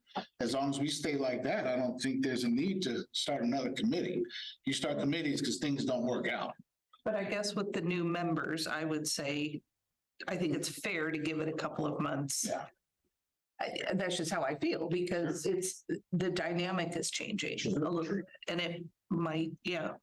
And obviously Tracy comes with a plethora of experience and. It's a whole different, I mean. Yeah, no, it's. On the council is Terry, so yeah, everybody here's. Makeup. It's very different. So I think it's fair to keep it somewhere in the recesses of our minds. To be our test. If there's something council wants, initiative wise, I'm here to do your bidding as far as, as the mayor, like implementing it. You tell me what you want and I try to implement it. Put it on the study session in March. Yeah, let's put this on the study session in March. And if it's Old business. Yeah, old business. Hey, Boom. that's a thing. Todd or Kathy, you want to make sure we have that for the March? Write that down. Write it down. She keeps all the future agendas that we're discussing. And it's not all business in March. We'll be like. Okay. Next legislative agenda. All right. In front of you, you should have a few different packets. There's a couple of PRPC's legislative agendas on there, AWC's legislative agenda, as well as our last year's legislative agenda. Just to recap, last year's, we went up after Habitat Conservation, Economic Development, along with the city of Tumwater. We did not get anything from that. I don't believe efforts will continue this year on that. Todd, maybe you've heard different, or Cody, if there's any interest in doing that again with. No. Water reclamation facility, we asked for $428,000, and that was for centrifuge. And we were able to get $442,000 last year out of the capital budget. So that was a good win for us. Activated alleyway in the one-way couplet. Did not get any. We asked for it, did not get any. So we did get $442,000. This upcoming session is going to be a short session, so it's not a big budget, but they usually do award some money for capital budget and transportation, but it's usually a lot more minor. I wouldn't expect us to get hundreds of thousands or millions this one. The following year we would, but there has been a couple projects, and besides policy as well, there are a few projects that I asked staff that what we could use money for. In my personal opinion, the Road and Road was probably be one of our best ones. It's an expansion for, so do you want to talk real quick about what that does? So Road and Road is the road that runs off Yelm Avenue, goes by the trailhead, the new dog park that just built, several industrial areas that have been developed, and housing developments down there. It's very, if you've been down Road and Road, once you get into Thurston County, it turns into Road and Bumpy Road, where the roots are all going under. So the whole plan is to rebuild that road completely, add shoulders, sidewalks. That way there's a walking trail. You can literally walk from the trail to those developments or to the dog park and be on a sidewalk or bike lane. So we have funding with the help of TRPC for the design of that road. We don't have funding yet to build that road. That might also be helpful for that road that you are very serious about, Josh, for getting some sidewalks. Out the other way. Well, then the fastest middle road, that would.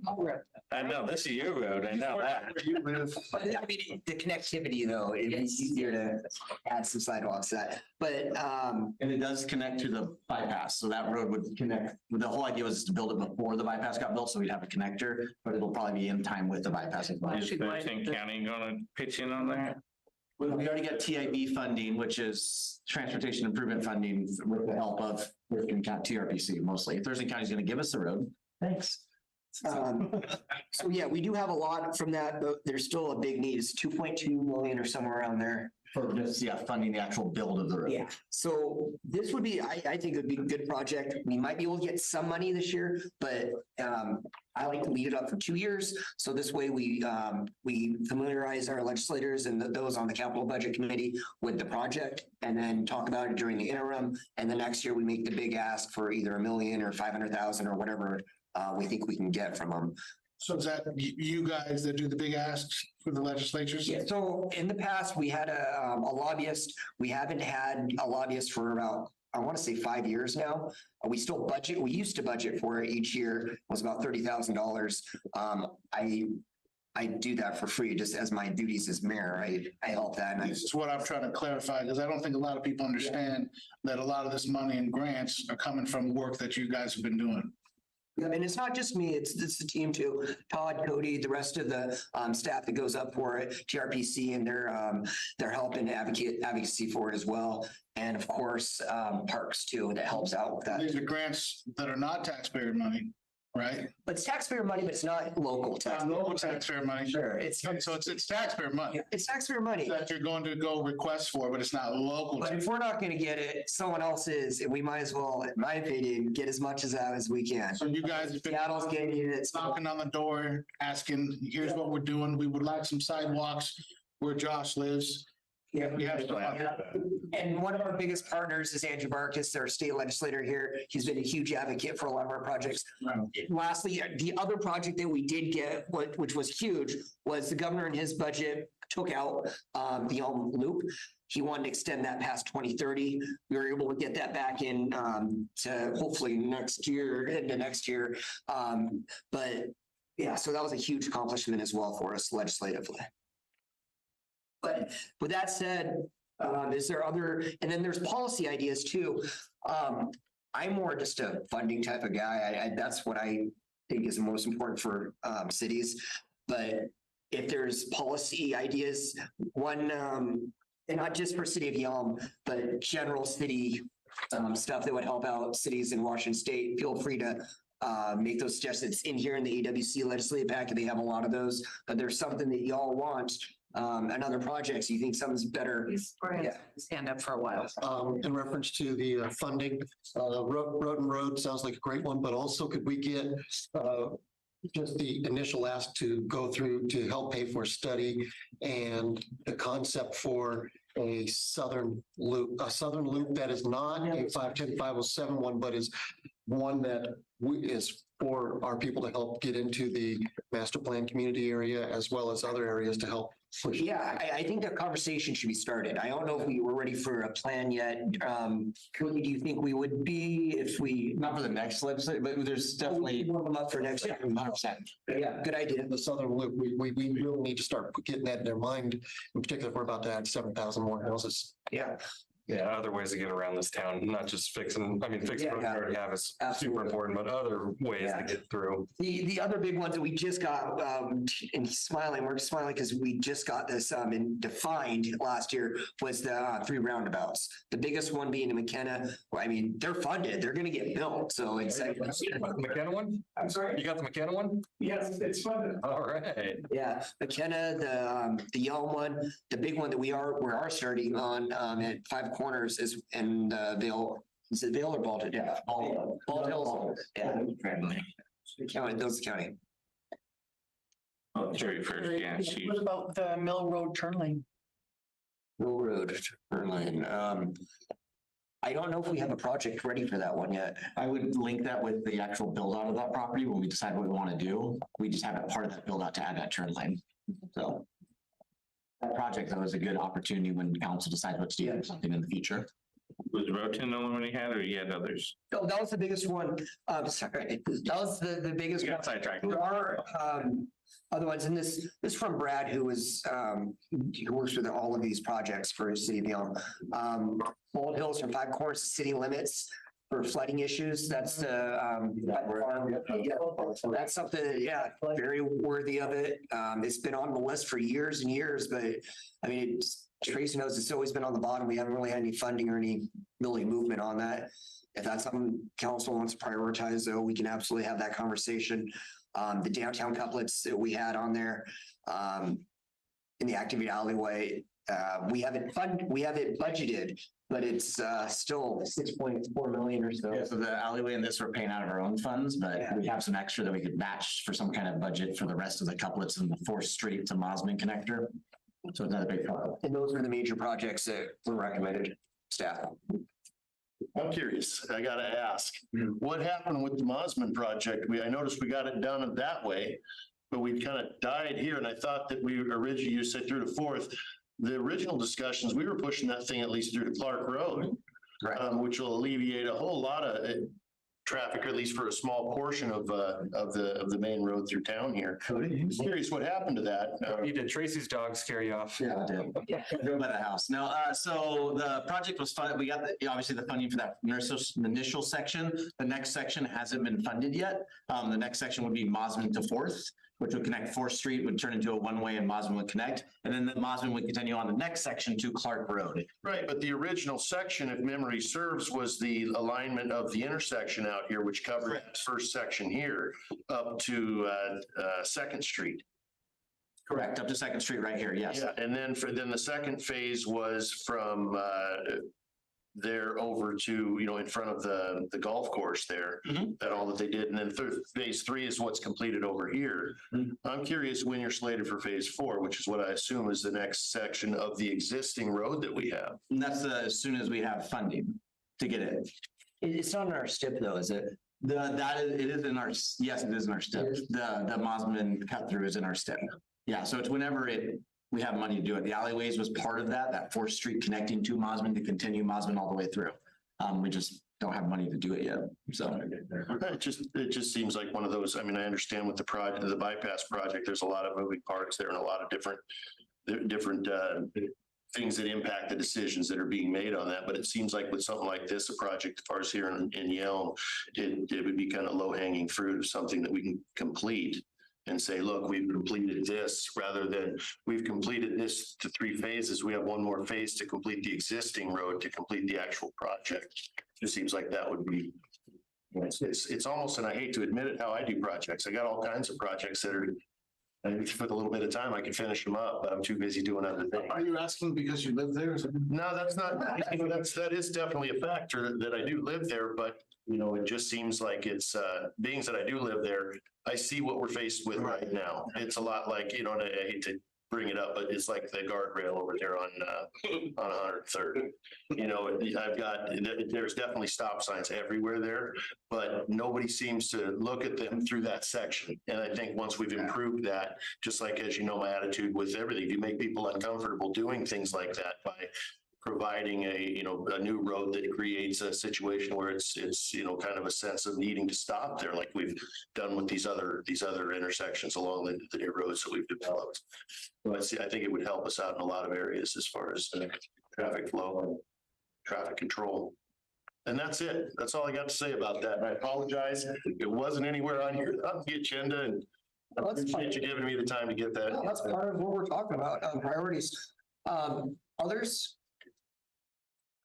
All right, so I'm hearing Southern Loop. What are your thoughts on the Mosman or the road? Is that something you think we should? Yeah. Because road, one with. I live there, yeah. Yeah, road. Yep. Okay.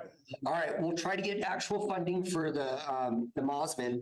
And I don't know what we can try to wrangle out of the legislature this year, but more so for next year when they do 2025, when they have the start of the biennial budget. This will be the second half of it, short session. Next year, the following year will be a long session where they create new budgets.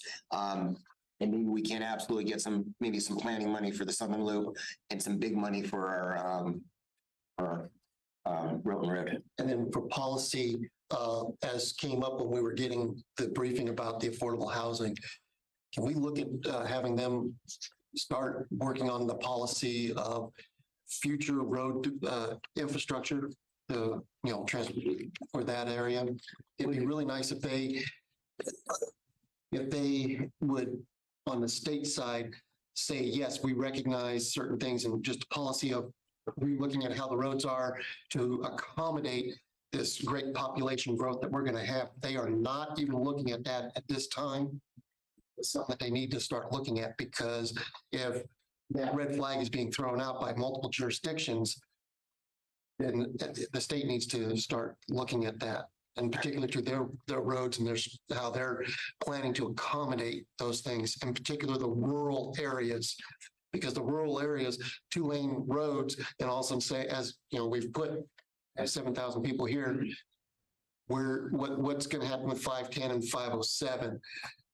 Are those going to be expanded, or how's it going to happen? And those are things that I think policy-wise they need to start looking at. Those are important, and I don't doubt that. How to create that in a form of a bill or a form of direct funding for that project is where I think it's not a funding thing, it's a policy thing. In other words, they turned around, they put the teeth, they changed how the affordable housing was. You got to think about it too. No, we want to see a plan. Now, we push back a little bit of, okay, you're telling us we got to come up with this housing plan. We want to know what your transportation plan is going to be for the roads. Because it makes them to force us to create a transportation policy as well. No, not us, not force us to create. He wants you to force them. I want them to be, all of a sudden, Washington State Department of Transportation is now starting to look where we, as a community, because at some point we're gonna have to put a stop on housing development if our roads are not improved, if there is no way, you know. I see where you're coming from. I think they're probably going to push back, saying, you know, there is requirements to put up a 6-year transportation improvement plan that would help with that. I'm trying to think of how I could say this. Mark, if you have any suggestions or how we could approach that. Yeah, I think the hard part is they're gonna say that's what the comprehensive planning is for, and that's what your 6-year transportation improvement program are for.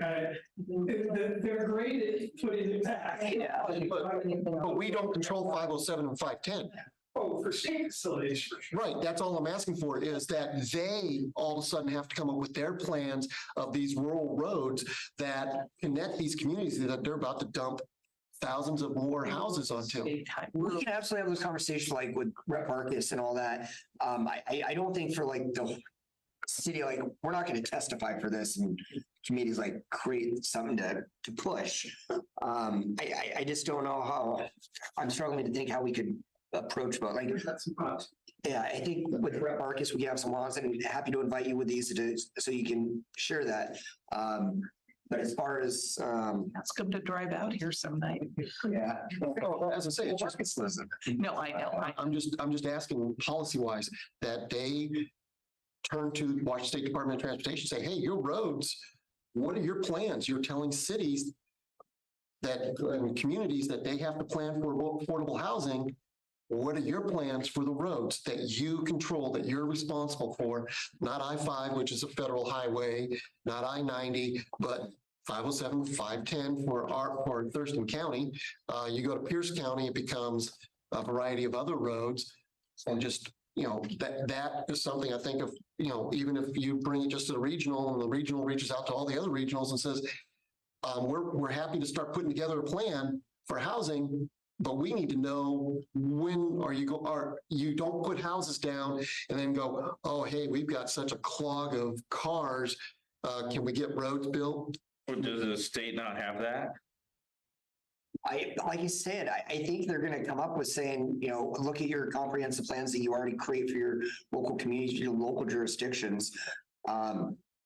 Well, didn't you see how Mark gave us a smile and delivered bad news? That was very good. Like, he's very good at being honest and saying, they're just going to put it back on us. That's what the comprehensive plan is about. But I do feel that there should be city roads. Well, for the city roads, not a problem, but we don't do 510 and 507. Yeah. Is there a way we could lean on like state of emergency kind of thing? Because we're like the only other bridge other than I-5 over. So is there some? We have those conversations. We talk about, you know, the military base needs of actual, you know, defense reasonings for having it.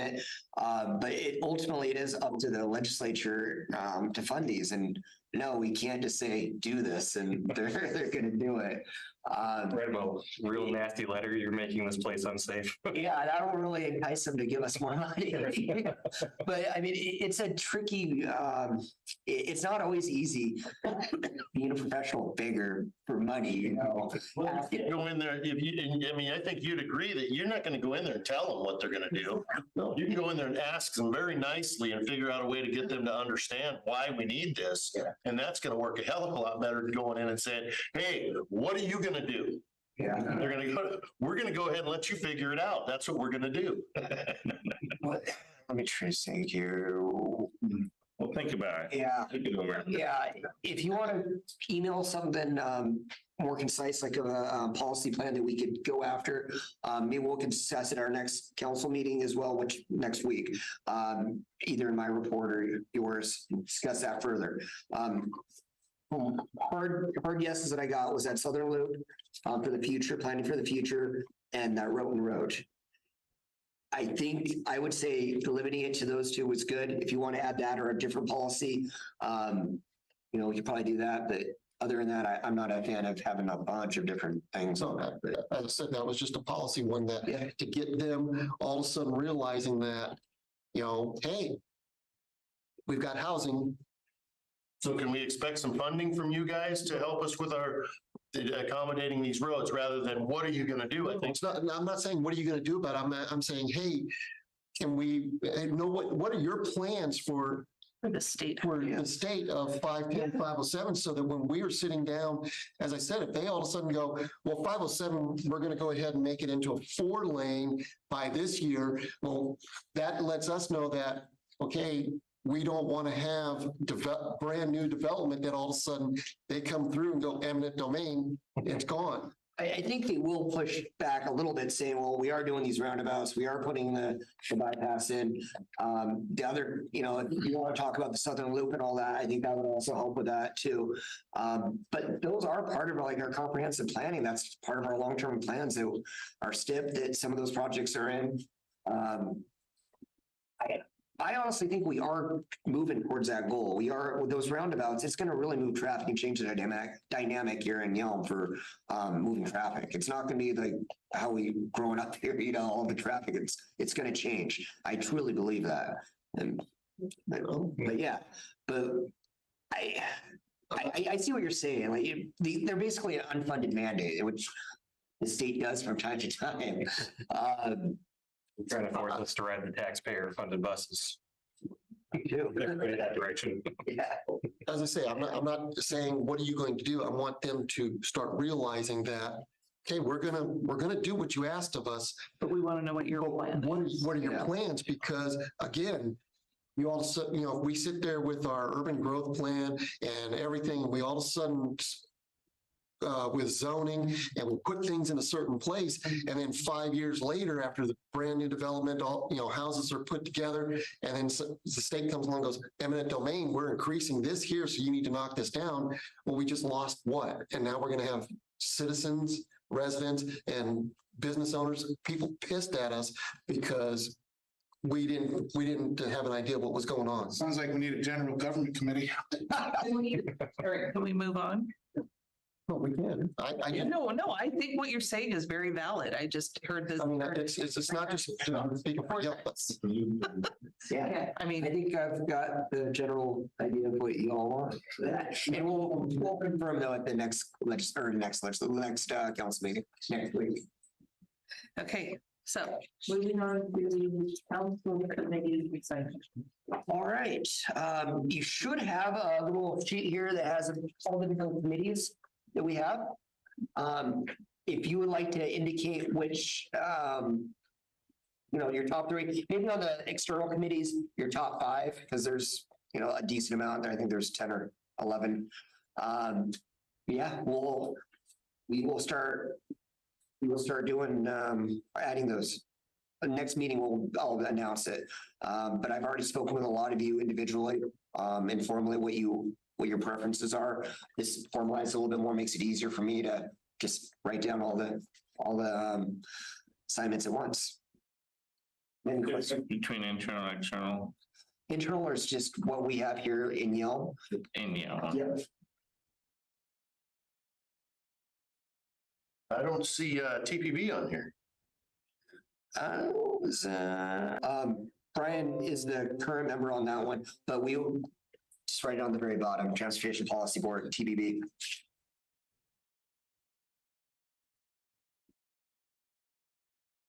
And yeah, that's all I've got. So just fill those out, pass them down, and I'll have that ready here by next week. Your other, you gotta have top 30. You can't. I have 3. 1, 2, 3. Oh, no, so, sorry. First top, yeah, for the first top ones, do 1 through 3. On the first, the internal committees, and on the external committees, do like a 1 through 5. Please, yeah, if you can, just because there's a lot. No preference. No preference, like, that's the only committee you want to serve on? So I can bring you more. Your name on there. Yes, thank you. Please put your name at the top of the list. Yeah, thank you. And that's all I had for council committee assignments. I've been on some of the site. Yeah, they have the dates and times on there. Take note of that. If you can or can't make something, you know, if you can't make something, don't sign up for it, please. I want to try. No pen bringers. Thank you for coming out. And stand. Must be entertaining. I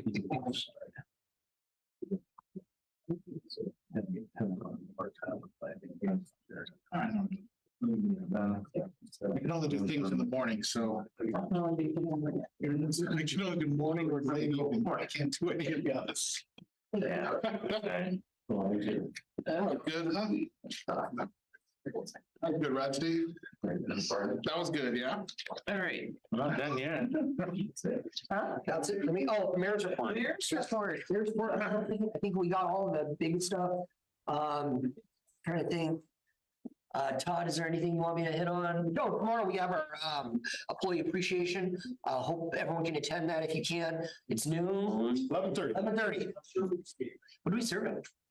It is smoked turkey and ham and basically till 1, basically a full-blown Thanksgiving dinner. We are doing awards for folks that have served 5 years, every 5 years. And I think we have up to 20 at this point, or 25. Yeah, how many? We have 5, 10, 15, 20, 25-year recognitions. So we 25. recognize all the new employees of the last year. Like 5 5s. Yeah. So yeah, folks committee will be here, community center. Be great. Happy to introduce you to, especially new council members. Tomorrow free, and then I got called into work, so. Just today. I'm sorry. No, you're fine. I'm just joking, Trevor. I would have loved to been there. Yeah. But yeah, happy to answer any questions. You have any other questions for me, but that's all I've got. Okay. Council member initiatives, we'll start with Mr. Wilson. We got everyone. All right. Because there's something there. Yeah. What else too? I don't know. I'm gonna make you wait just a minute longer. Yeah. Tracy. Mayor wants your homework. Make sure we'll get it. I wanted to bring up, I've been wanting to bring this up for a bit again, which kind of fell off. It's not gonna have an opportunity, but creating the city to create an email list to get information out because, few people read the paper, few people on Facebook. And I don't know any other places social media is being used to get information out about the city, but I figured email lists are pretty common that way. If somebody says, hey, I want to know about what's going on in the city, it's easy for me to say, well, go to this website, put your email in, and you'll get the emails of when the council meeting is, what's on the agenda, what's happening, this or that.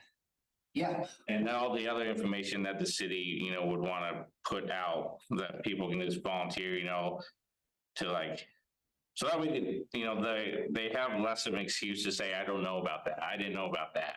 Yep. Just get that all the time.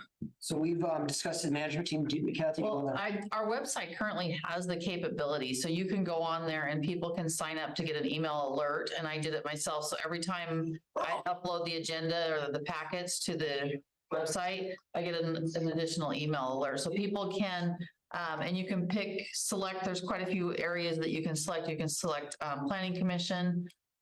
So I can. Well, we can absolutely advertise that, make sure that people are aware of it as much as they can. Yeah, and just like a general newsletter, because email's a lot cheaper than paper. As some have suggested. And then secondly, I have a gift for the city that I made. Let's see this unveiling. Would you like to, Mr. Mayor, unveil it? Have the pure. I've seen it all. It's appropriate here. What's that? No. All right. No one else can see it. They can go around and look. If I do it really hard, it's gonna like. Look at the cloud. Oh, wow, that's pretty. Cool. Very cool. Wow. That's it. I know it can. Talk over here. You guys talk. There it is. Yeah. Very nice, Josh. Did we get that clear through public services and the signing rule? We did. You're staying right here. So many comments I could make. Nice, very nice. Thank you. Very nice. Yeah. Yeah. Be cool. Anything else? Oh, yeah. Okay. Tracy. Probably multiple sides, yeah. Maybe the large side. I just want to let you guys know, the council, that, as most of you do know, I've been around for a little while, and I do have, if you have questions about stuff, I don't know the answers to everything, but I don't want any of you to hesitate to call me. Any of you, you have questions at all, and you think I might be able to answer something for you, I answer my phone. So I just want you all to know, there's every one of you I got respect for sitting up here doing this job and willing to try. We may not all see things the same way, but how boring of a world would that be if we did? So I just want to make that clear that I'm here, and if you guys need to ask me about anything, like I said, I'll tell you what I know, and if I don't know, I'll tell you I don't know and send you to Cody.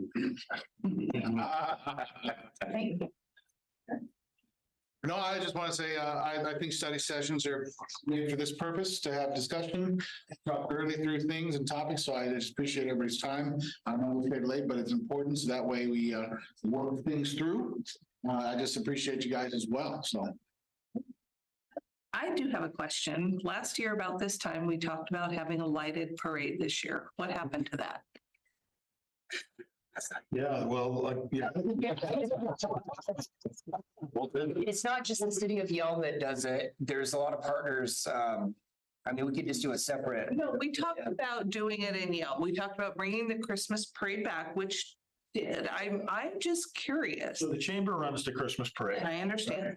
And there was zero interest from them to conduct a Christmas parade at night. Serious. Yeah. Okay, fine. And then the part of the issue was closing a state route at night, right? So then there was discussion of a different path and coming up with a different course. And then I believe from the police side of things, because we did kind of a recap at the end of last year to kind of go over this year's plan. And that was a major discussion of how can we pull this off? Like, here's some scenarios and how can we make this work?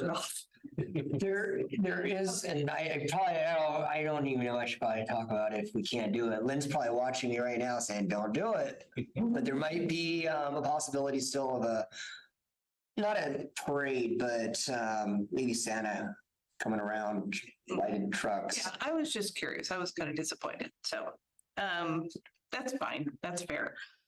And then just really quick question, the dog park. It rained a lot, and I know that. Did you see the water there?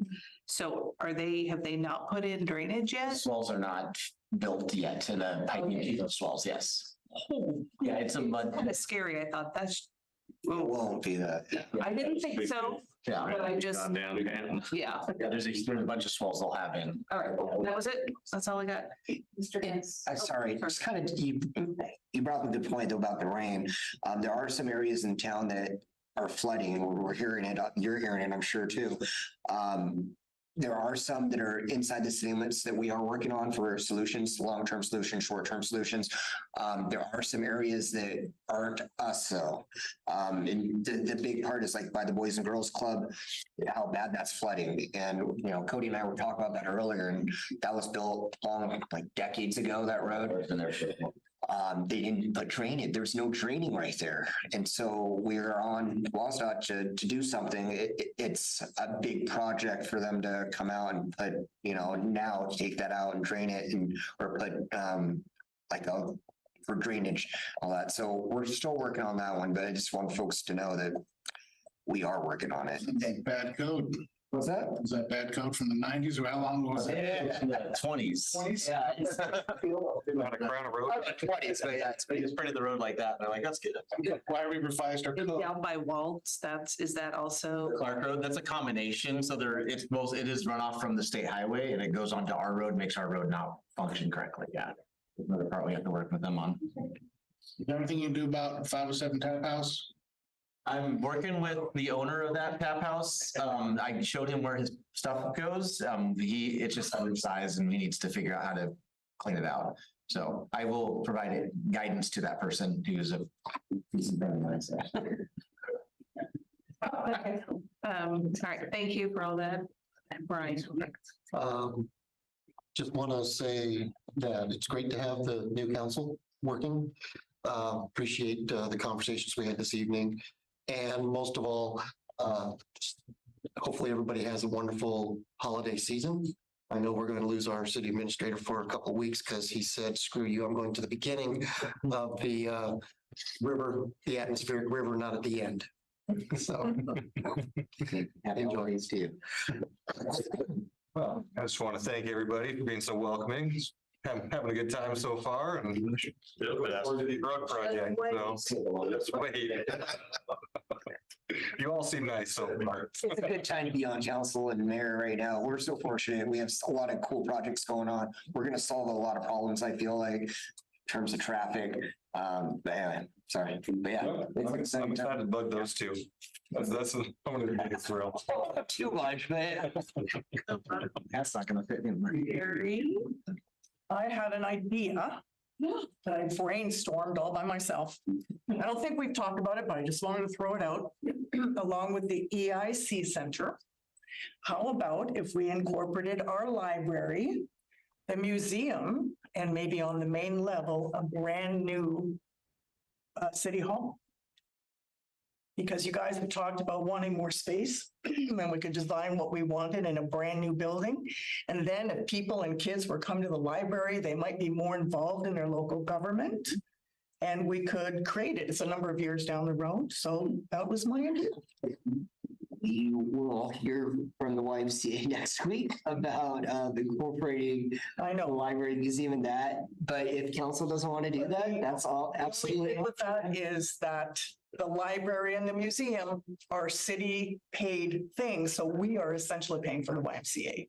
If we're the only tenants there, we're paying. Right. This way we would have our own city owned. Oh, no. I mean, I think that's still up in the air is what who owns the building and all that. Yeah. Yeah, I think there's still discussions to be had, whether it's. Could own the building too. I think that's a possibility. Yeah. If we're spending money on it, that's that much. I think we should have it. I just thought I'd throw that out. Yeah. And then we could use this space either for maker space or turn this into like a conference center. It's bigger than the community center. We need more. It's definitely bigger than a community center, but we do need more office space eventually here. We are growing.